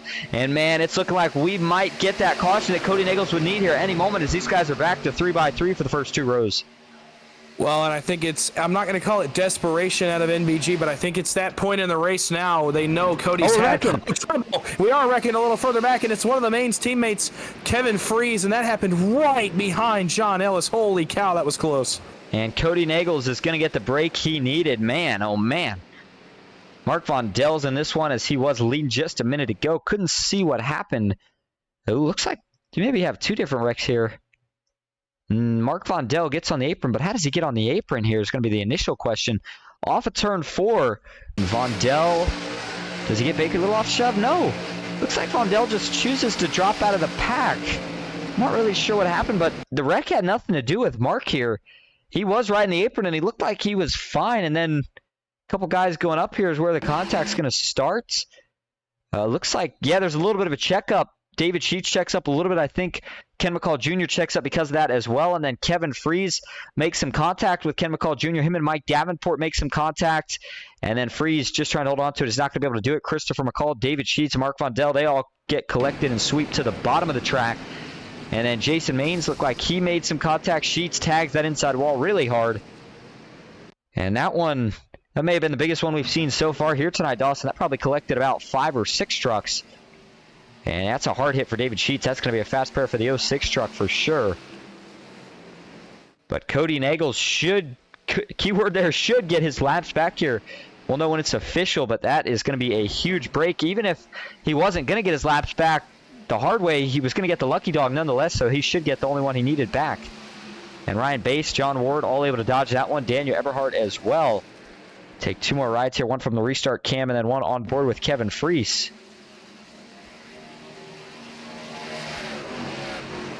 And just, you know, I mean, as hard as they were going at it there, Dawson, not too surprised to see it. These guys still, I still don't know if they realize that we have over 30 laps to go because, man, just seeing a lot of really aggressive moves. I didn't think we'd wait this long to wreck what we saw on that first lap. But man, oh man, it has been a crazy one so far. And looking at it here, looks like, sure enough, Cody Nagels got his lap back. He's right back in contention. And that is about as perfect as the timing can get. Pretty much about 15 seconds after he rolled off pit road and then went a lap down, he gets the caution that's going to get him right back on the lead lap. So what a huge break that is for Cody. And obviously his teammates now breathe a sigh of relief as their teammates back in this championship fight. And John Ellis still is going to be trapped a few rows back on this restart. And now it could turn into a fuel mileage race here, Dawson. Looks like we'll go green with probably 31 or 32 laps to go. Look like it's going to be 31 laps to, nope, 32 probably once we go green. Either way, the point is it's going to be really, really close on fuel. I think some guys could make it, though, if they save. Now, the question is, how many of these guys think that we'll go green the rest of the way and decide to save? And how many of them are just going to go ahead and stay at the front and go for it? I think if you're Cody in that, this is the time to go to the front, right? Because I think there are going to be some guys saving fuel. That should make your job a little bit easier. We know John Ellis Jr. is going to continue his march to the front to see if he can continue to lead laps. But, man, starting to slowly wind down on the end of this thing, and it's been crazy so far. Payouts tonight going to be, let's see, we're knowing the drivers that we had here tonight had 25 cars. I believe that might have been right on the payout window, and if it was, it should be something like 100 to first, 75 to second, something along that line. But again, the storyline is that top 5 payouts, but that's not really what everybody's too worried about tonight. They're worried about getting themselves locked into that championship race by being top 16 in points. And then those top 3 in the championship battle, Matthew Baker, Cody Nagels, and John Ellis Jr. have been going at it to see who is going to take home the $618 that was predicted here tonight. And we're going to be getting ready for the green. Should be getting the one to go this time. And as everybody comes down to top off, we are going to take another side-by-side break. Stick with us.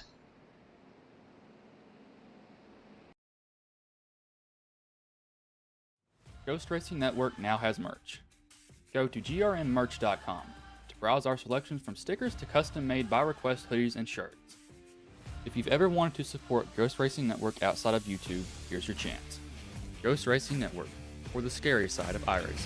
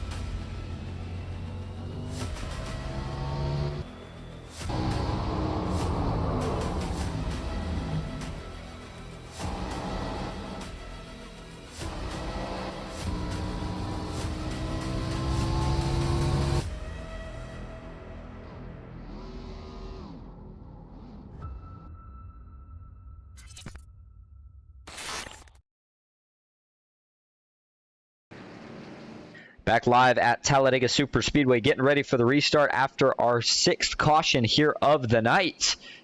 Jeff Burke, Andrew Zonto going to be leading us back to green. And yeah, it is going to be a 30 lap to go restart, Dawson. And you see that long single file inside line.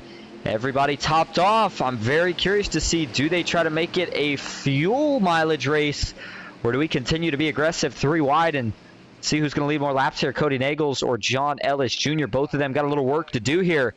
And sure enough, green flag back in the air. Jeff Merck on the inside. Looks like he gets the better jump. Outside, not too organized to start, and they're not going to last too long with only those 4 trucks. Jeff Merck continues to stride out ahead down into turn 1. Matthew Lee just behind him on the inside. And there's the 8 truck. Saw in a big wreck earlier, Kobe Sutphin. But he has made his way back to the front, and he does find himself a spot 3rd on the inside line. We'll see if Alex Hill jumps to the outside. Sure enough, there he goes. Looks like John Ellis Jr. is going to follow. Yeah, he's matching it. I mean, it's, again, how many times have we said tonight, the NBG guys are going to do exactly what Ellis does. They're just going to defend it. They see it coming. They're able to block it. It's exactly what they do right there, just trying to keep Ellis behind him. And now it's a wall of NBG that Ellis has to deal with. And John Ellis, he's hoping Kevin Freeze can make something happen, get up to him here, because the other Maine's trucks are way far back. 10, 11, 12 trucks back are Jason Maines and Dylan Jones. So it's Ellis and Freeze even is kind of blocked in right now. So Ellis going to have to be content to let Merck lead some laps. And all he can say is, well, at least it's not Cody, and I'm going to stay in position to lead laps later on and get that win, which is also a 10-point bonus. Well, we are going to learn pretty quick here who is going to try to make it on fuel and who isn't. Single file line's pretty long, but we still got guys jumping out of line. That was a huge block from John Ellis Jr. there. That one almost did not work. Dawson, we talked about it break here. From the chaos we've seen so far and the chaos that we're going to see to the finish, there's a chance here that the man who leads the most laps or wins the points battle between Cody and John comes down to which one of them survived the big wreck that's going to happen sooner or later. Matt Lee threw a block down. John Ellis Jr. worked out. He's going to get to the lead, but we are quickly back to 2x2 racing. And I'm not thinking this is going to come down to fuel mileage. Just the way we're racing, I don't see it happening. Here comes the cavalry for John Ellis. Jason Maines with a huge push from Kenny McCullough. They actually might get him too quick. No, they do not. John Ellis to the outside wall for the race lead. A huge, bold move by the 21. Oh, Merck washed up. He gets turned by his teammate Alex Hill. And we'll see if this brings out a caution as Hill goes sliding as well. Another truck, I think that might have been Villarreal, Brandon Broadfoot. One of those 2 trucks got around a little further back. And I got to think it probably will here eventually, as we had one truck drive back up on the track and come to an almost a standstill. And I believe that was the 77 of Alex Hill. Yeah, so another disastrous incident here for NBG as they lost yet another 2 trucks. John Ellis Jr. likes to see that. Back up front, the 04 of Matt Lee leading on the bottom, but man, the 8 truck continues to push a lot of these guys out of whack. He's got to be careful there. 4 wide, this isn't going to work, Dawson. This is about to get ugly down into turn 1. Still 4 wide. How long can they hold it? Everybody trying to keep it together, and I think Ellis saw that. He backs off. More contact now, the 8 truck. Kobe gets down into Matthew Baker. He continues to surge, though, as he's trying to push Matt Lee to the front. Jason saw that, and wisely, the veteran he is, he backs off. He knows that was going to cause a wreck. Didn't want his teammate to get caught up in anything. That was a close call, man. The 8 truck's aggressive, and it's working. But, man, Kobe here looking a little bit out of shape. Yeah, maybe a little, but I think he's doing a pretty good job, and that's exactly what Matt Lee wants to see. Boy, Matt Lee is probably going to be thanking the 8 truck if his teammate Nagels ends up winning the regular season championship because Ellis doesn't win the race because of moves like that. Kobe Sutphin able to just stay close enough that Ellis isn't able to do anything, but now, did Sutphin just inadvertently bait Jason Maines to the top? Jason's got no help. Now some help coming. And this may allow John Ellis to get clear of the middle. Not for long. Matthew Baker says, I'm going to make that move first. And Ellis, once again, trapped on the bottom of the racetrack. Even with only 2 trucks up here, NBG still making his life difficult. And you notice this did break up that big pack a little bit. We dropped a couple cars off of it because of that incident. And hopefully these guys keep it together for just a moment because we're going to go back and take a look at the incident. We saw Jeff Merck and his teammate Sean Hill get involved. There we go. And off 2, yeah, just Jeff washes up a little bit when he tries to come back down. His teammate hooks him, accidental, but still is going to cost him. And then the 24 going down, good save by Francisco, but he's also going to lose the pack as a result of that.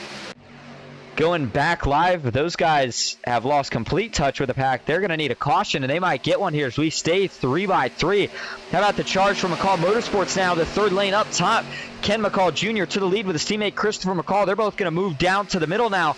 Matt Lee sees that. He's going to drop to the bottom, get a push from his teammate Matthew Baker. And it looks like Kobe Sutphin trying to go to the bottom. He does. Now he goes back to the middle. So much chaos, Dawson. I almost can't keep up with it. Oh, and it's again another huge push from Sutphin to Matt Lee. Boy, they almost might have to pay him a cut if Nagels wins the regular season title because they keep Ellis from doing it. It's almost like he's acting as a sixth NBG truck. Now he bails on Lee. Matt Lee, a seasoned block there on John Ellis. That was a veteran move by Matt Lee to box Ellis in. Now Ellis has a decision to make. Does he hang out Matt Lee or just resort to pushing him? He's going to do the latter four now. Jason Maines on the door of Kobe Sutphin, not cutting him any breaks. That's going to allow Matt Lee to get right back into this great dicing up front for the race lead. And Cody Nagels a little further back does still have touch with his first pack. I thought he was going to lose the draft, but he and Gabe Butler were able to draft right back up. Now Ellis is buried 4 rows deep in this first pack. Yeah, but he is making sure he is plenty out of the danger zone here. He sees how aggressive the racing is up front, and two opposite strategies, right? John Ellis Jr. are going to try to go for it here. Meanwhile, Cody Nagels staying back, seeing if these guys are going to wreck, and then going for it. And you know what? If somehow we're able to stay green to the finish, Cody might be better field position than John Ellis Jr. anyway. Mike Davenport up in this pack, looking good for his chances of advancing into the championship race. Close call for Jason Maines there. He has to go to the third line now with Christopher McCall. 2 trucks isn't going to be enough to get him clear. John Ellis Jr. trying to push Matthew Baker. And I almost retract that statement. Does Jason get clear here down into turn 1? Not quite able to do it. They're going to fade back a little bit. But how about Kobe Sutphin out here leading with 25 laps to go? Could the rookie get a win here? Well, he certainly put a wrench in this championship battle that we've been watching all night. The A-Truck, what an effort out of him tonight. He's running so well. He's been up front a lot of the night. Gave some great bumps there to Matt Lee a little bit ago and kept these guys kind of, intact a little bit. Kept the field from flying apart a couple of times. But he's now find himself in a pretty good spot, although Baker is going to make his life a little bit difficult on the outside, obviously trying to keep John Ellis at base still. I don't know. That bottom line's fading. John Ellis may have a window here pretty quickly once we get onto the short chute here at the start-finish line. There he goes. John Ellis, middle to bottom. Gonna take that line away from Matt Baker as Jason Maines is hung out still up against the wall. Just nothing he can do. John Ellis back to the lead in turn 2. And they got to be a little careful there in that second pack. They got to about half a second back. They're starting to close it back up now. Matt Lee was acting as a bridge for that second pack. You gotta still keep touch with the pack even if you're playing it safe. If you lose that pack, it's just too hard to catch back up. But here we go. John Ellis Jr. back out in charge. I think this time he might be a little more tempted to stay up top with how aggressive Matthew Baker is pushing him right now. Dylan Jones just behind, so I think that prevents Baker from really making a move to the top. This is exactly what John Ellis Jr. needs to do. A lap car in the distance. I think that might be David Sheets. They will get to him here probably in a couple laps, but no. John Ellis Jr. drops to the bottom now, and that opens the top up for Matthew Baker. The 8's going to push. Ellis not able to lead that lap with that move from Matthew Baker as we hit 23 laps to go now. I'm not sure what John Ellis was thinking right there. I can't imagine why he would drop to the bottom. You could tell it was fading, and why would you let Baker have a free rein to just drive your outside? Wow, big block by John Ellis off too. He tries to work the wheel and keep it straight, but I'm just not sure what he was thinking. He cost himself a lap lead just trying to... I'm not really even sure. I really don't have an explanation for why John Ellis would leave the top open for Matthew Baker. I would understand if he left the bottom open because it's not the preferred line when you have trucks lined up. And here he does it again. He tries to block, but not going to be able to do it. Again, another just inexplicable move by John Ellis. It's going to cost him, I think, another lap lead here at the line. Yeah, I would have to agree, man. That was a close call. We almost saw another big wreck. You can definitely tell it's desperation time for some of these guys. And I think the patience level for some of these drivers, too, is running out of line. Each time they get blocked, they get a little bit more hesitant about letting off to let that driver in line. And Baker was able to drop back down to the bottom. Jones with a little bit of a backup. John Ellis Jr., you know where he's going. Right back to the top here as soon as the 18 gets a run. There goes the 21 to the outside of Matthew Baker. Now this is a little bit more of a favorable position here for John Ellis Jr. Now on the outside he's got a teammate, so he can be a little bit more I would say cautious with how quick he has to drop down. He can stay up there. You know Dylan's going to manage temps, but also Dylan, a lot more experience than the 8 of Kobe Sutphin. I think he's going to be a better pusher right here. And this is the time where if you're John Ellis Jr., get comfortable and really try to tick off. I think if he leads 5 to 10 more laps, he's going to have this thing in the bag for laps led. The question from there on is, can he get the job done, look for a win? And at what point, Dawson, do we see Cody go? He's still in the back with those back 4 guys that are within reach, but trying to play it safe here with this lead pack. I mean, at a certain point, it's got to be go time, and we're at 21 laps to go. I think it's as you approach the pit stop. Because, I mean, I still think we might have a green flag pit stop to play. Another inexplicable move up front by John Ellis. I understand blocking Baker, but he leaves the outside line open. And I can tell you right now, Kenny McCullough, Chris McCullough, they're not going to play this little game that Maines and MBG are playing up front. They're just going to push. They're going for the win. I don't understand. I really don't get it. Maybe Ellis goes back up right here and proves me wrong. Yeah, okay, so no harm, no foul in the end for John Ellis, but I think Cody waits till about 3 laps till the pit stop, and then maybe makes a little charge for 2 laps, try to get some track position, and then pit with his teammates. I think that's going to be the easiest way to maintain track position, but also stay out of whatever mess these guys are going to make up front. You know, I think part of the game right here, Dawson, is John just knowing that he's got a teammate up top and he can go back up there pretty much on command as long as it's close to him being clear. He's just trying to let his teammate breathe, get a little fresh air so that Dylan can really, really push when they get down to the front straightaways. But as you noted, Ken McCall Jr., Christopher McCall, they're not going to play that game. They're going to push Dylan really hard. So Dylan's got his hands full right here trying to maintain his position while also maybe just barely just burping the throttle to let his teammate up in a position like right now where John Ellis Jr. gets to run through the corner, and he is clear. I look to see him jump up here right as we get ready to enter the tri-oval, see if he can't lead another lap. There goes the 21 truck back up to the top line. Jason Maines, look at him. He's back there 5th on the outside line because he think about making it 3 wide, and if he does anybody go with him? I think he's content where he's at. He sees his teammate up there continuing to get the laps led category checked off, and 19 laps to go. Dawson, I know you talked about a green flag stop. I'm telling you, I take back what I said. Cody and them, they might stay where they are until the end of this thing because they might be good to go on fuel the rest of the way if they keep saving as they are. It's going to be awfully close, and it takes me back to the last cycle of pit stops where Cody was able to pit a couple times, and then obviously when he lost a lap, he was able to pit. It just adds up to where I think the way he's running right now, he's running a little bit slower than our race leaders. You can tell he's kind of managing his pace, managing his runs, taking them where he gets them. I almost wonder, has Cody been saving gas the whole time, trying to offset, John Ellis? Oh, my goodness, Kenny McCullough almost spelled disaster for the 21 at the front of the field, but I wonder, has Cody been saving, trying to make it to the end of the race where John Ellis is going to have to pit? Oh, boy, this could get really, really interesting. I think he is. I think the decision, oh, man. Oh, 1x8 truck gets turned back up into the field. This is going to be a wreck, and the caution will come out for this one. David Drohan was caught up in it. Got a couple more guys involved as well. And there is Drohan, the 42, the 90 of Daniel Eberhardt spins, Andrew Zotto, and the 8 truck. Kobe Sutphin was also involved. And it was pretty much like a time bomb. And eventually it finally went off. Let's take a look back. I'll tell you what, the 8 truck got down, and sometimes we see some of the rookies, they just get a little too excited. You got plenty of room to save. You got an entire backstretch. Just got to be a little bit more disciplined on how quick we turn the wheel back up the track. But, again, just one of those rookie mistakes. He'll learn from it. But let's see how the contact starts that initially sends Kobe down. And you see, looks good here. Ooh, that's Dylan Jones. Does the 8 truck come up a little bit? Looks like he did, but it also looked like maybe Dylan just slightly came down. There's the 8 truck. Yeah, he's not hugging the yellow. Yeah, it looks like he's coming up a little bit, and then Dylan comes down just a little bit. They door each other, and that sends the 8 truck down. There you go. There's the great save. But then just gets a little overcorrection with the wheel. Back up the track into David Drohan, who had nowhere to go. Christopher McCall, he gets collected. Ken, the last guy to sneak by.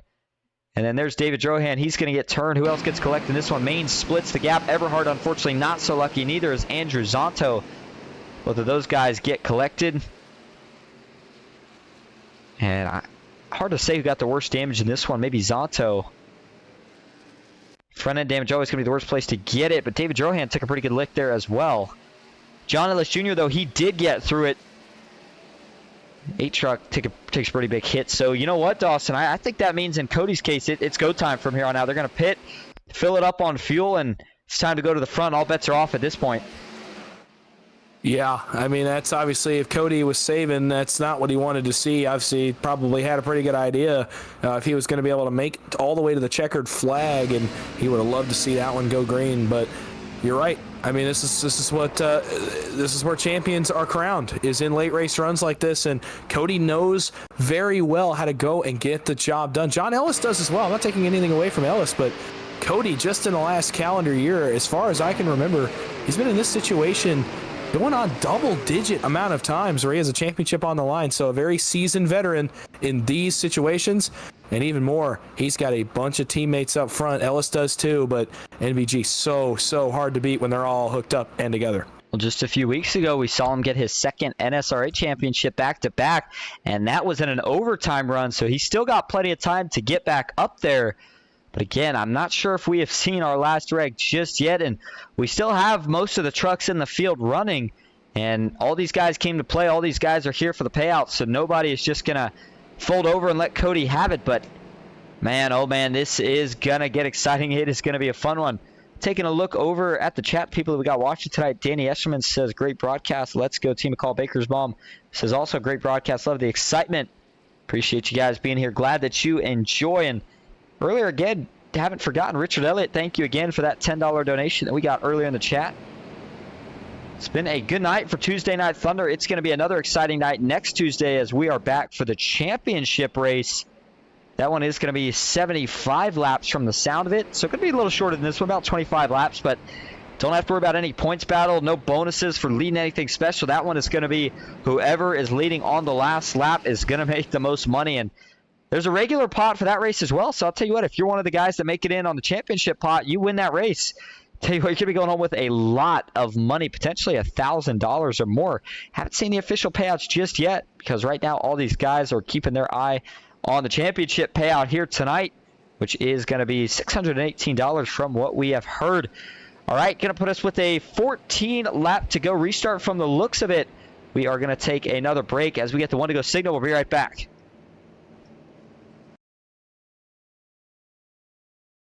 Ghost Racing Network now has merch. Go to grnmerch.com to browse our selections from stickers to custom-made by request hoodies and shirts. If you've ever wanted to support Ghost Racing Network outside of YouTube, here's your chance.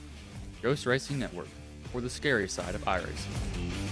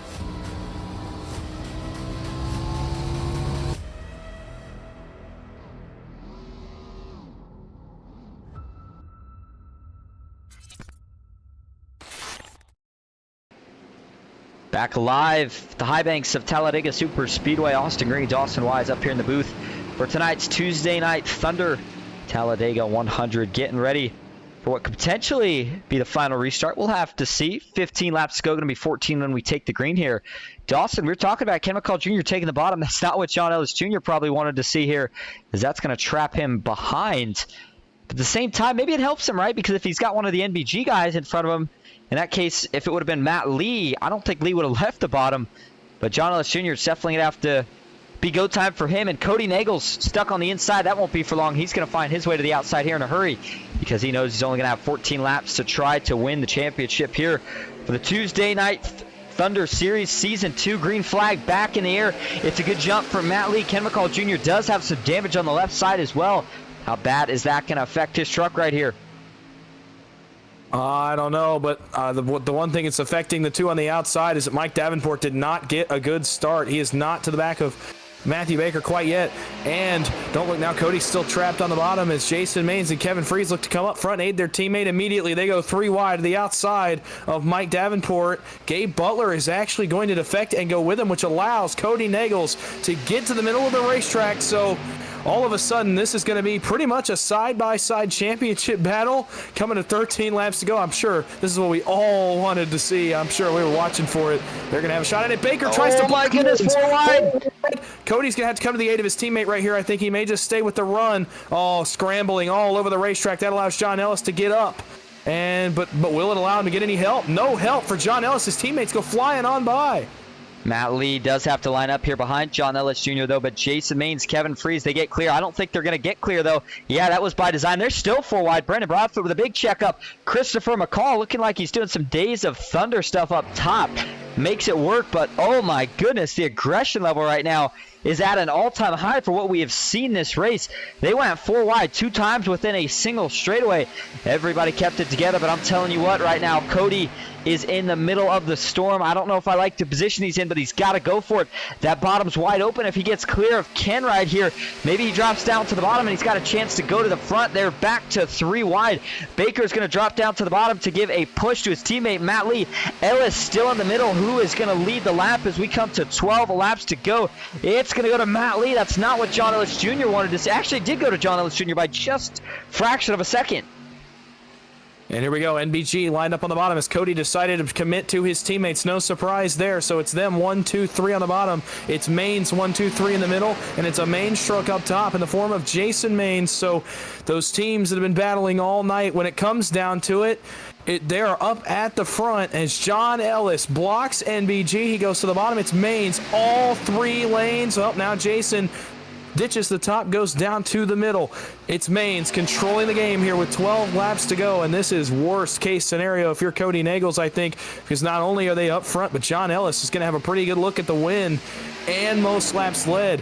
If he were to get both, the live gap without their finishing positions would be 3 points. And so Cody, he needs to go up and get it. He needs to get on his horse right here. 11 laps to go. He needs to figure out somehow, some way, just a way to get up and get track position. Yeah, certainly a lot of blocking going on. You can block once, you can block twice, but eventually it's not going to work out. John Ellis Jr., though, he knows he's got to block each lane. Good news again here for him is he's got a teammate. Oh, that's going to wreck. Cody's got to save it. He does, but they wreck out back. Does everyone somehow save it?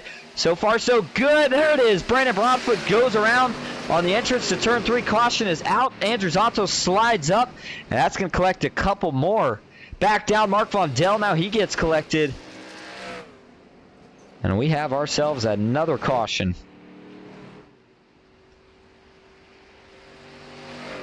But I'll tell you what, Dawson Cody continues to get himself out of these tough positions by just inches. And in this case, he somehow missed the wreck. Well, I guess technically he was part of the start of the wreck in a sense. Made some contact with somebody, but he was able to hold on, continue to go through as they all ended up stacking up and eventually wrecking out back. As we get ready to take a look at the caution, big shout out to Josh Olszewski, I believe I said it right, as he with the $10 super chat. We appreciated Josh out here watching and rooting on Ryan Based in the 73 truck. One of the Clutch Gaming Team drivers says big love to Austin and Dawson. Let's go Based. Again, thank you, Josh, for the $10 super chat. Certainly appreciate it. All right, here we go. Let's break it down for you. Go into the chopper cam to start. And taking a look here at Cody Nagels. That's where the first contact, I believe, starts. Ooh, Christopher McCall looks like he got out of whack. Oh, yeah. Okay, so that's what it was. Maybe a little bit of a stack up here on the outside. And you see Chris, he has to make an evasive maneuver. Yeah, there is a stack up. It's the block from John Ellis Jr. Jason Maines checks up, and that checkup goes all the way back to the 5th truck in line. Chris tries to avoid Dylan, can't do it. That sends Dylan down into Cody Nagels. Oh, my goodness, was that a close call for Cody. Somehow is able to wheel and deal out of it. But then there's Dylan and Christopher. They make some more contact, sends Dylan down into Gabe Butler. Gets into Mike Davenport. They all save it, though. The contact, though, isn't yet. It's going to happen a little bit further back here with Brandon Broadfoot. The 22 truck you see is trying to sneak by. They are 5 wide. Not all on the racing surface, but 5 wide nonetheless. And Broadfoot McCall eventually makes some more contact in the left rear of the 22. He gets turned around down into Gabe Butler, and then Andrew Zonto looks like, does he sneak through the initial wreck? He does. Oh, no, Gabe Butler just barely clips him. That sends the 06 back up the track. There's the 90 and the 59. Mark Vondell and Daniel Eberhardt getting involved. And then Andrew Zonto back up the track, collects a couple more guys as well. Just a little bit of a nasty late wreck here, but just hard racing. Yeah, I mean, that's all it is. It's just guys going for spots. Obviously, John Ellis pretty much has to throw that block. I don't think there was a choice. He's got to manage the runs, because if he doesn't manage that run, Jason Maines, there's a decent chance that he goes up there and leads that lap, and that's not what John Ellis wants to see. He just wants to keep banking laps and leading laps and making sure he's going to get that 10-point bonus when it comes down to it. I'll tell you what, I held my breath right there for Cody. I thought for sure he was a goner in that wreck. I have no idea how he kept the truck straight, first of all, but gotta imagine he's taking a few deep breaths as he gets ready for this restart. That was awfully close. Did a very nice job, and we'll actually take a ride on board with him. Ryan Bass, you did see, unfortunately, involved in the kind of secondary portion of that wreck there with Andrew Zonto, but here's the ride on board with Cody Nagels. Back this up to where the initial contact starts, because watch the hands work. Man, oh man, left, right. And you know he looked up in his mirror after that and saw him wrecking Pig out back, and he was thinking to himself, oh my goodness. Now the good news for Cody is, out of all that, he has moved up a couple positions, now being scored in 6th. Get back to Cody in just a moment, as John Ellis Jr. does lead the way, though. Jason Maines in 2nd, Matt Lee 3rd, Matthew Baker in 4th, Kevin Freeze back in 5th, and there's Cody Nagels in 6th. Ken McCall Jr. 7th, Mike Davenport 8th, Jeff Merkin 9th, and Kobe Sutphin rounding out your top 10. Dawson's going to be a 7-lap to go shootout now. What do you do here if you're Cody and you're trapped on the bottom? Well, I think you look for a way up, and I think you've got a way up in the form of having a teammate right there in Jeff Merck that I think, if I've looked at the scoring correctly, is going to start outside row 4. If you can afford to, obviously Kobe Sutphin, we'll see how agile he is on this restart, how much he's rearing to go. If Merck can burp just enough to let Cody up, I think that's what you do. I think you give yourself the most options in the middle, and then obviously if you can get lined up, well, actually no, I would stand corrected. They're both on the bottom, so I don't know. You have to find a way up if you're Cody. That's where you have the most options. That's where you have the most freedom. You've already got a teammate up there in the form of Matthew Baker that can really control how much John Ellis goes right here, and on the same page, Matt Lee can control how much Jason Maines goes right here. So it's a good spot as long as Cody finds a gap to get to the outside lane. I'll tell you what, Matt Lee does not have a back bumper, but that does not seem to be affecting too much at this point. Track temp has cooled down a little bit more now at 112. Sky's still partly cloudy as we get ready for the restart here. Looks like Steve Korsek hopped in the chat, says get him, Gabe rooting on Gabe Butler, and then says Daisy says hi. Daisy, of course, Steve's golden retriever. Glad to see you and Daisy tuning in here tonight, Steve. And tell you what, Gabe Butler should be seeing him in the championship race next week, and he'll be fighting for the big pot. We'll have to see how he performs next week. Usually performs good every week, so I expect to see a good finish here tonight and hopefully next week as well. In fact, going back to looking at Gabe, he's going to be back in the 20th position here. Got a lot of work, but he does have a clean truck. So we'll see if he can get to the front in these next 7 laps. But John Ellis Jr. and Cody Nagels, those are the 2 trucks to keep your eye on here. They're going to be the 2 guys throwing the most aggressive blocks. Maines, I think he holds the bottom here. I think it's going to take Baker jumping to the high side. And to be honest, I think Ken McCall Jr. and Mike Davenport would both go with Baker if he went. We'll have to see how he decides to play it all out here. Pace car is going to make the hard left turn as we roll up into the tribal before we're going to head into the Geico restart zone. 100-lap event here tonight, and we are within the final 10. Got some green-white checkers if we need them, but we're going to see if we can finish this thing in the scheduled distance. Jason Maines, John Ellis Jr., the teammates back into the Geico restart zone. Green flag is back in the air. 7 laps to go in the Talladega 100. It's a good even jump here. Jason Maines and John Ellis Jr. are going to drag race down into turn 1. Ellis trying to get clear. He does, but he's not going to take it, at least not yet. Making sure to stay up in that high lane. Going to try to fend off Matthew Baker as Matt Lee with no bumper. Trying to push Cody Nagels. He tries to get a run. Third truck on the inside line. Nowhere to go yet for the 6. How's he going to figure it out? Oh, I think Kevin Freese may have made a pretty big mistake allowing Cody to push his teammate, who is now pushing Jason Maines. They're going to push the back end off this one truck, I think. They left him a gap. And I don't know if that was the right decision by Kevin Freese. He lines up with his teammate now, does Cody, and he has Ellis in distance. Ellis going to throw some blocks. This is where you're going to see Ellis start to get a little bit desperate. And, you know, desperate may not be the right word for it, but some of these moves are going to seem like desperation. Here's the problem. NBG is going to no-lift push Jason Maines to make sure John Ellis does not win at the very least. If John Ellis gets the bonus, it would be a 13-point lead as they run, as long as John Ellis doesn't win the race. As they run right now on the racetrack, if he were to finish second or lower, Cody Nagels would be the champion. John Ellis, with where Cody's running right now, I'm almost positive has to win this race. So it just got a little bit more intense for the driver of the 21. Desperation has set in for most of the field, I would say, at this point, as we're seeing that third lane get back rolling. Being led right now by the 8 truck. Oh, man, 8 truck was getting really offset there. That's Kobe Sutphin. Is able to get it back down. He is getting a push right now from Francisco Villarreal. Andrew Zonto's in that line as well. Mike Davenport tried to jump to the top. Are they going to split him 4 wide? They're certainly trying to, and they are. Davenport going to go up a little bit, and actually now they're going to jump back down to help Davenport. Still 4 wide, trying to sort out in the back. Some contact's not going to work. Dylan Jones around. David Drohan's in it. We got another big wreck. Caution's going to fly. Dylan Jones, big damage on this one. Zonto's in it again. Gabe Butler makes a near miss, but he's got damage. And it looks like the 22 of Brandon Broadfoot arriving on the scene. He's also able to miss it. And now we are going to probably head into our first overtime here, Dawson. And I got to think that's what John Ellis Jr. wanted to see, not so much what Cody wanted to see. The less laps that John has to worry about blocking, the better. But let's go back and take a look at this caution here.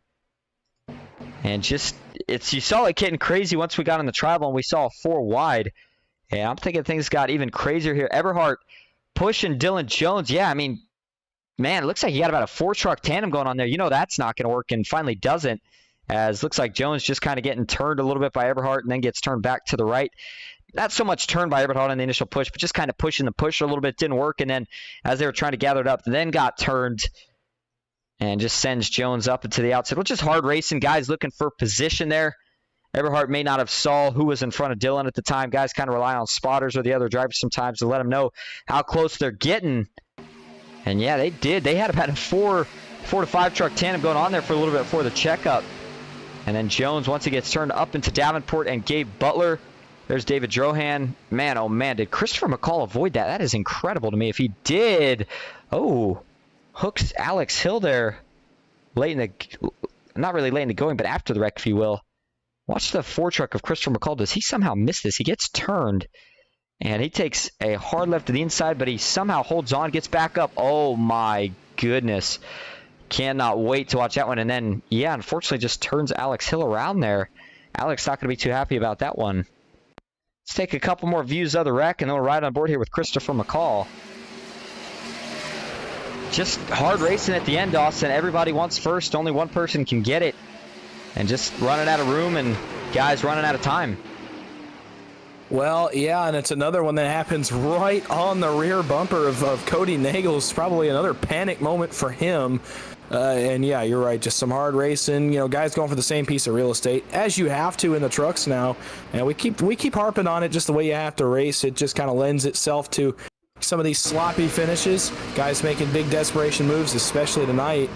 And boy, I'm going to tell you what, this race starts shaping up to be an interesting one. As it's decision time for John Ellis. Do you line up potentially with your teammates here, or do you pick the preferred line and stick Baker on the inside line? It's going to be a tough decision here for John Ellis, and I don't know what he's going to do. Certainly is. Now, we just took a ride on board with Christopher McCall. Watch how close this is. I mean, it had to be less than inches between him and the back bumper of Alex Hill. And yeah, just was trying to get it woed up there when he got back up on track. 77 also trying to get it woed up. Unfortunately, those two make contact.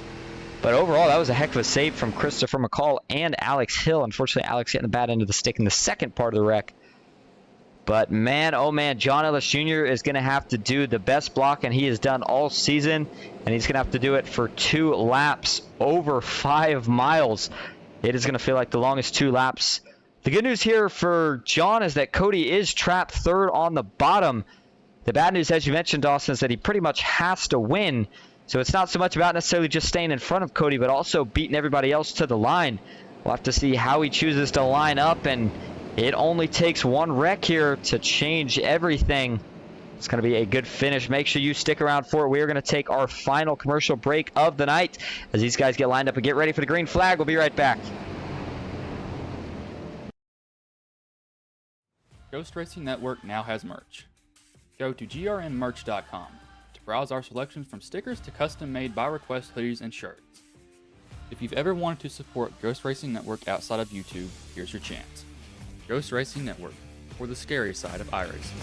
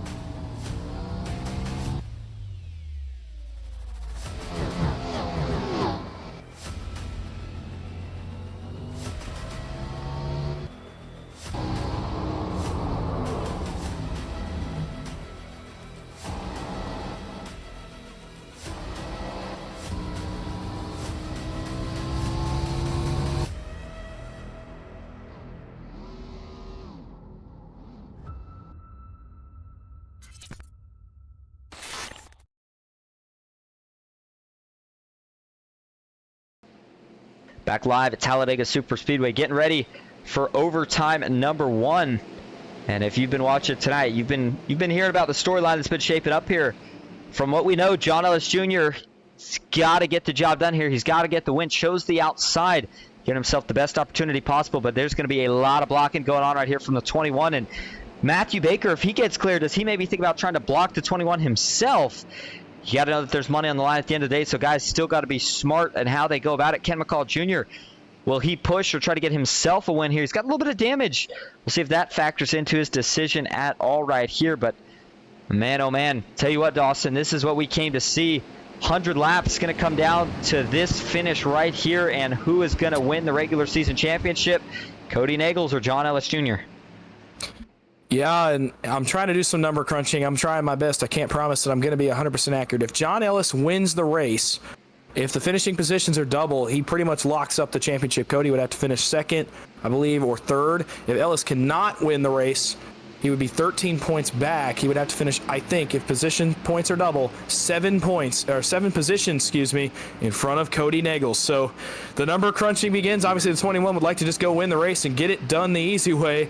As hard as the easy way might be, that's the easier way to put it. Green flag is back in the air. Overtime number 1. And don't look now, Austin. Cody's up in the middle immediately off the jump, headed back to 1. Yeah, that was some coordination from the teammates. Nicely done as Cody jumps right up in front of Jeff Merck. They're going to be going 3 wide on the backstretch. You can almost guarantee it.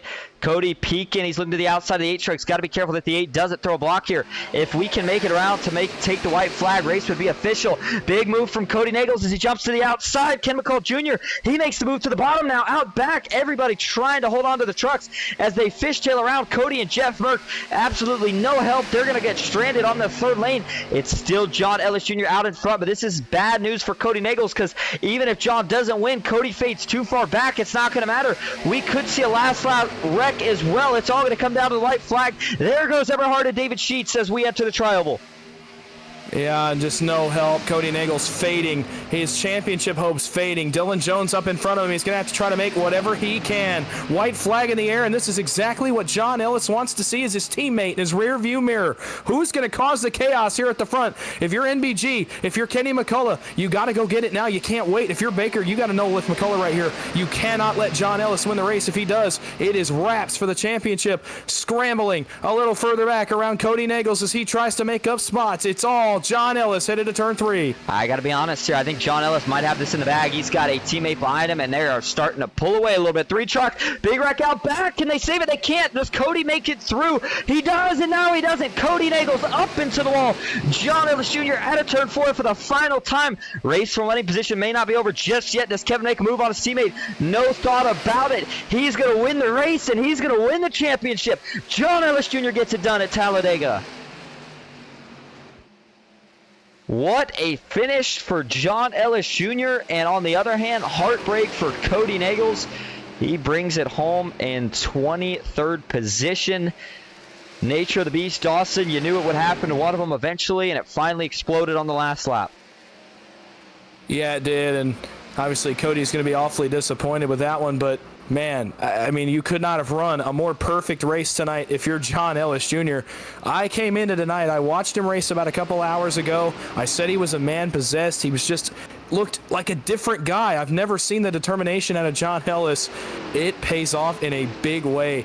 I mean, that's easily the most dominant performance that I've ever seen out of him, and he just did everything right. He did everything he needed to do, got some good breaks along the way, and in the final hour, if you will, he steals the regular season championship from MBG's Cody Nagles. Yeah, I agree 100%, right? I mean, as hard as we saw him working all race, and then at the end when you get a chance to step back and look at it, it really is impressive with all the factors considered. I know he still has great teammates, but the fact that he was able to dominate this race the way he did, even with some of the adversities that came up through it, it was a well-earned championship, and Cody Nagles did a heck of a job on his part. Just nothing you can really do on the last lap there.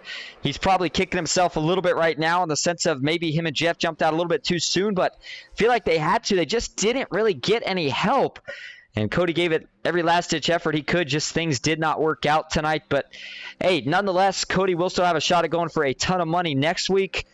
But hats off again to John Ellis Jr. as he gets the job done this week. We're going to go see if we can get hopefully all of, if not some of your top 3 here in the booth for interviews. Stick with us. We'll be right back.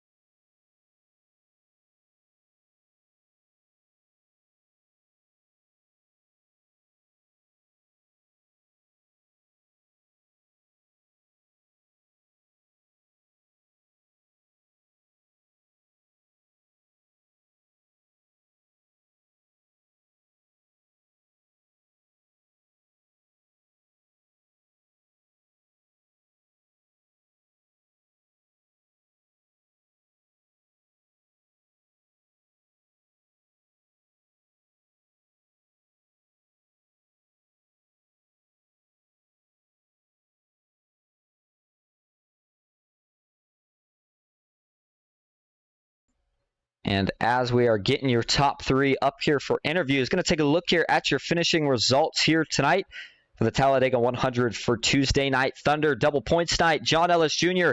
got the championship, wrapped it up there with a phenomenal and dominating performance here over the 100 laps that we ran tonight. Kevin Freese, his teammate, brings it home second. And how about Kobe Sutphin finishing in that 3rd position? Very, very impressive run from the rookie. John Ward brings it home in 4th. His teammate David Sheets in 5th. David Drohan in 6th with Jason Maines in 7th. Mark Vondell finishes 8th. Gabe Butler in 9th. And Christopher McCall rounding out your top 10. Brandon Broadfoot goes 11th tonight with Dylan Jones in 12th. Francisco Villarreal in 13th. Great run for him. The first time I've seen him in a while. Ryan Baste in 14th for OSM. And Jeff Merck rounds out the top 15 tonight. Brock Westmoreland will finish 16th with Alex Hill in 17th. Matthew Baker in 18th. And trio of teammates finished up with Matt Lee in 19th. And then Mike Davenport, boy, that's not the effort he needed tonight. Right below the cut line. I don't think that's going to be enough to get him into our championship race next weekend, or next Tuesday, excuse me. He rolls from 20th. Andrew Zonto finishes 21st. Daniel Eberhardt comes home 22nd. Ken McCall Jr. front to back within those last couple cautions. Unfortunate for him. And there's Cody Nagels 24th after, again, great night, but just so many things that weren't going his way. Was able to fight through all of them, but unfortunately got collected in that last lap wreck, not able to finish. Ron Morris Jr. not in the race tonight. So we're not even going to talk about where he finished then. But how about that run as well, Dawson, from Mark Vondell finishing 8th? I believe he might get himself into the championship pot next week with that finish. Yeah, I'm going to have to kind of keep an eye on points and try to give you an answer for sure. It's going to be math I don't think I can do while we're still here. Let's see. Vondell was 15 points out.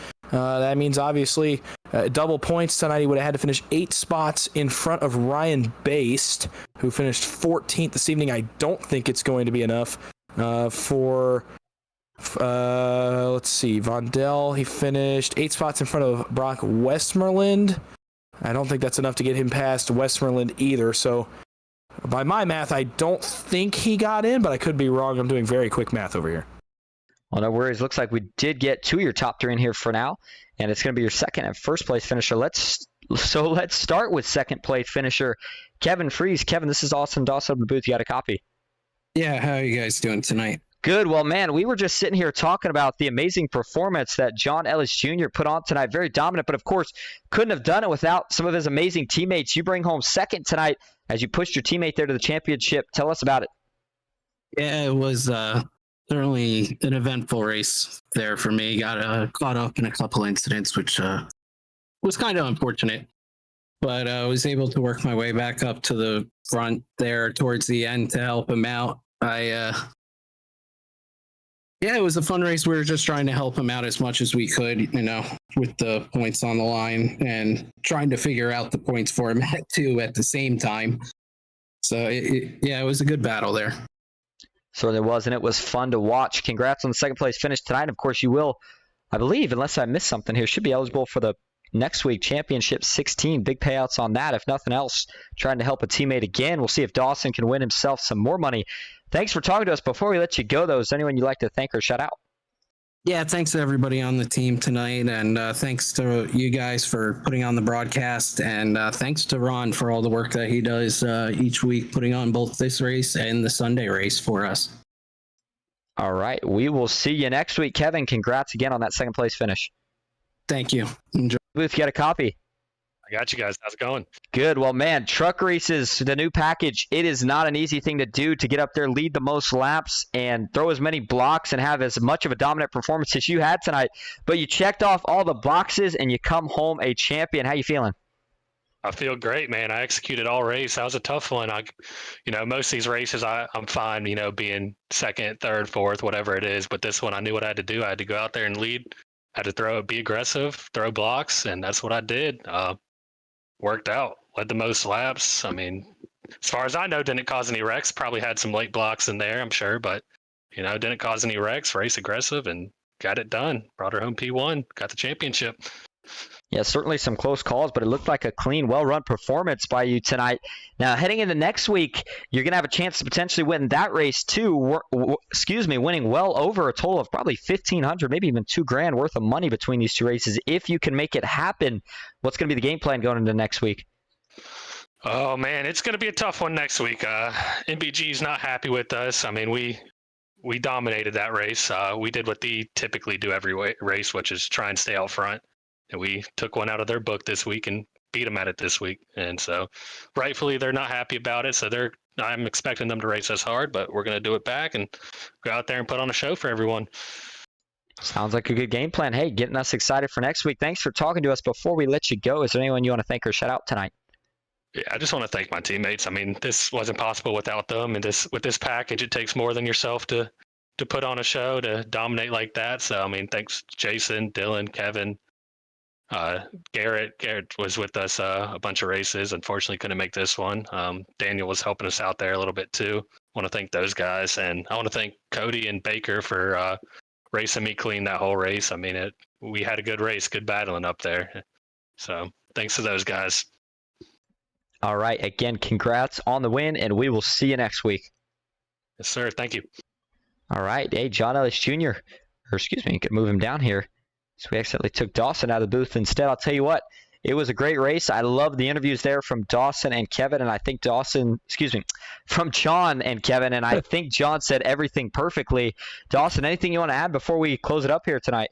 Well, I'll tell you what, first of all, I wish I could be in John's shoes right now, $600 richer. But no, what a phenomenal race. And I already kind of talked about Ellis, man. What a run by him. We talked about he was pretty much going to have to just go get it, be aggressive from the jump, and run what seemed to be a perfect race. And we don't see guys run very often, and he did just that, man. You can't say enough about the effort out of him and his teammates tonight. Got to give them credit as well. Obviously, you heard him talking about it a little bit. You heard Kevin talking about it a little bit.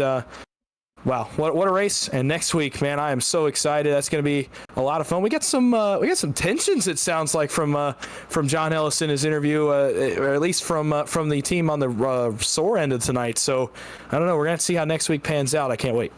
Yeah, it certainly doesn't help when you go from the highest to highs to lowest to lows, which was what Cody Nagel's kind of experienced here tonight. But yeah, it'll be a fun one next week for sure. Before we go, one more big shout out to Josh Oshevsky and Richard Elliott, both for the $10 super chats. We're glad you guys were enjoying tonight, and hopefully you will join us back next week for Tuesday Night Thunder's Season 2 Championship. That's all I got. That's all Dawson's got. We will see you guys next week.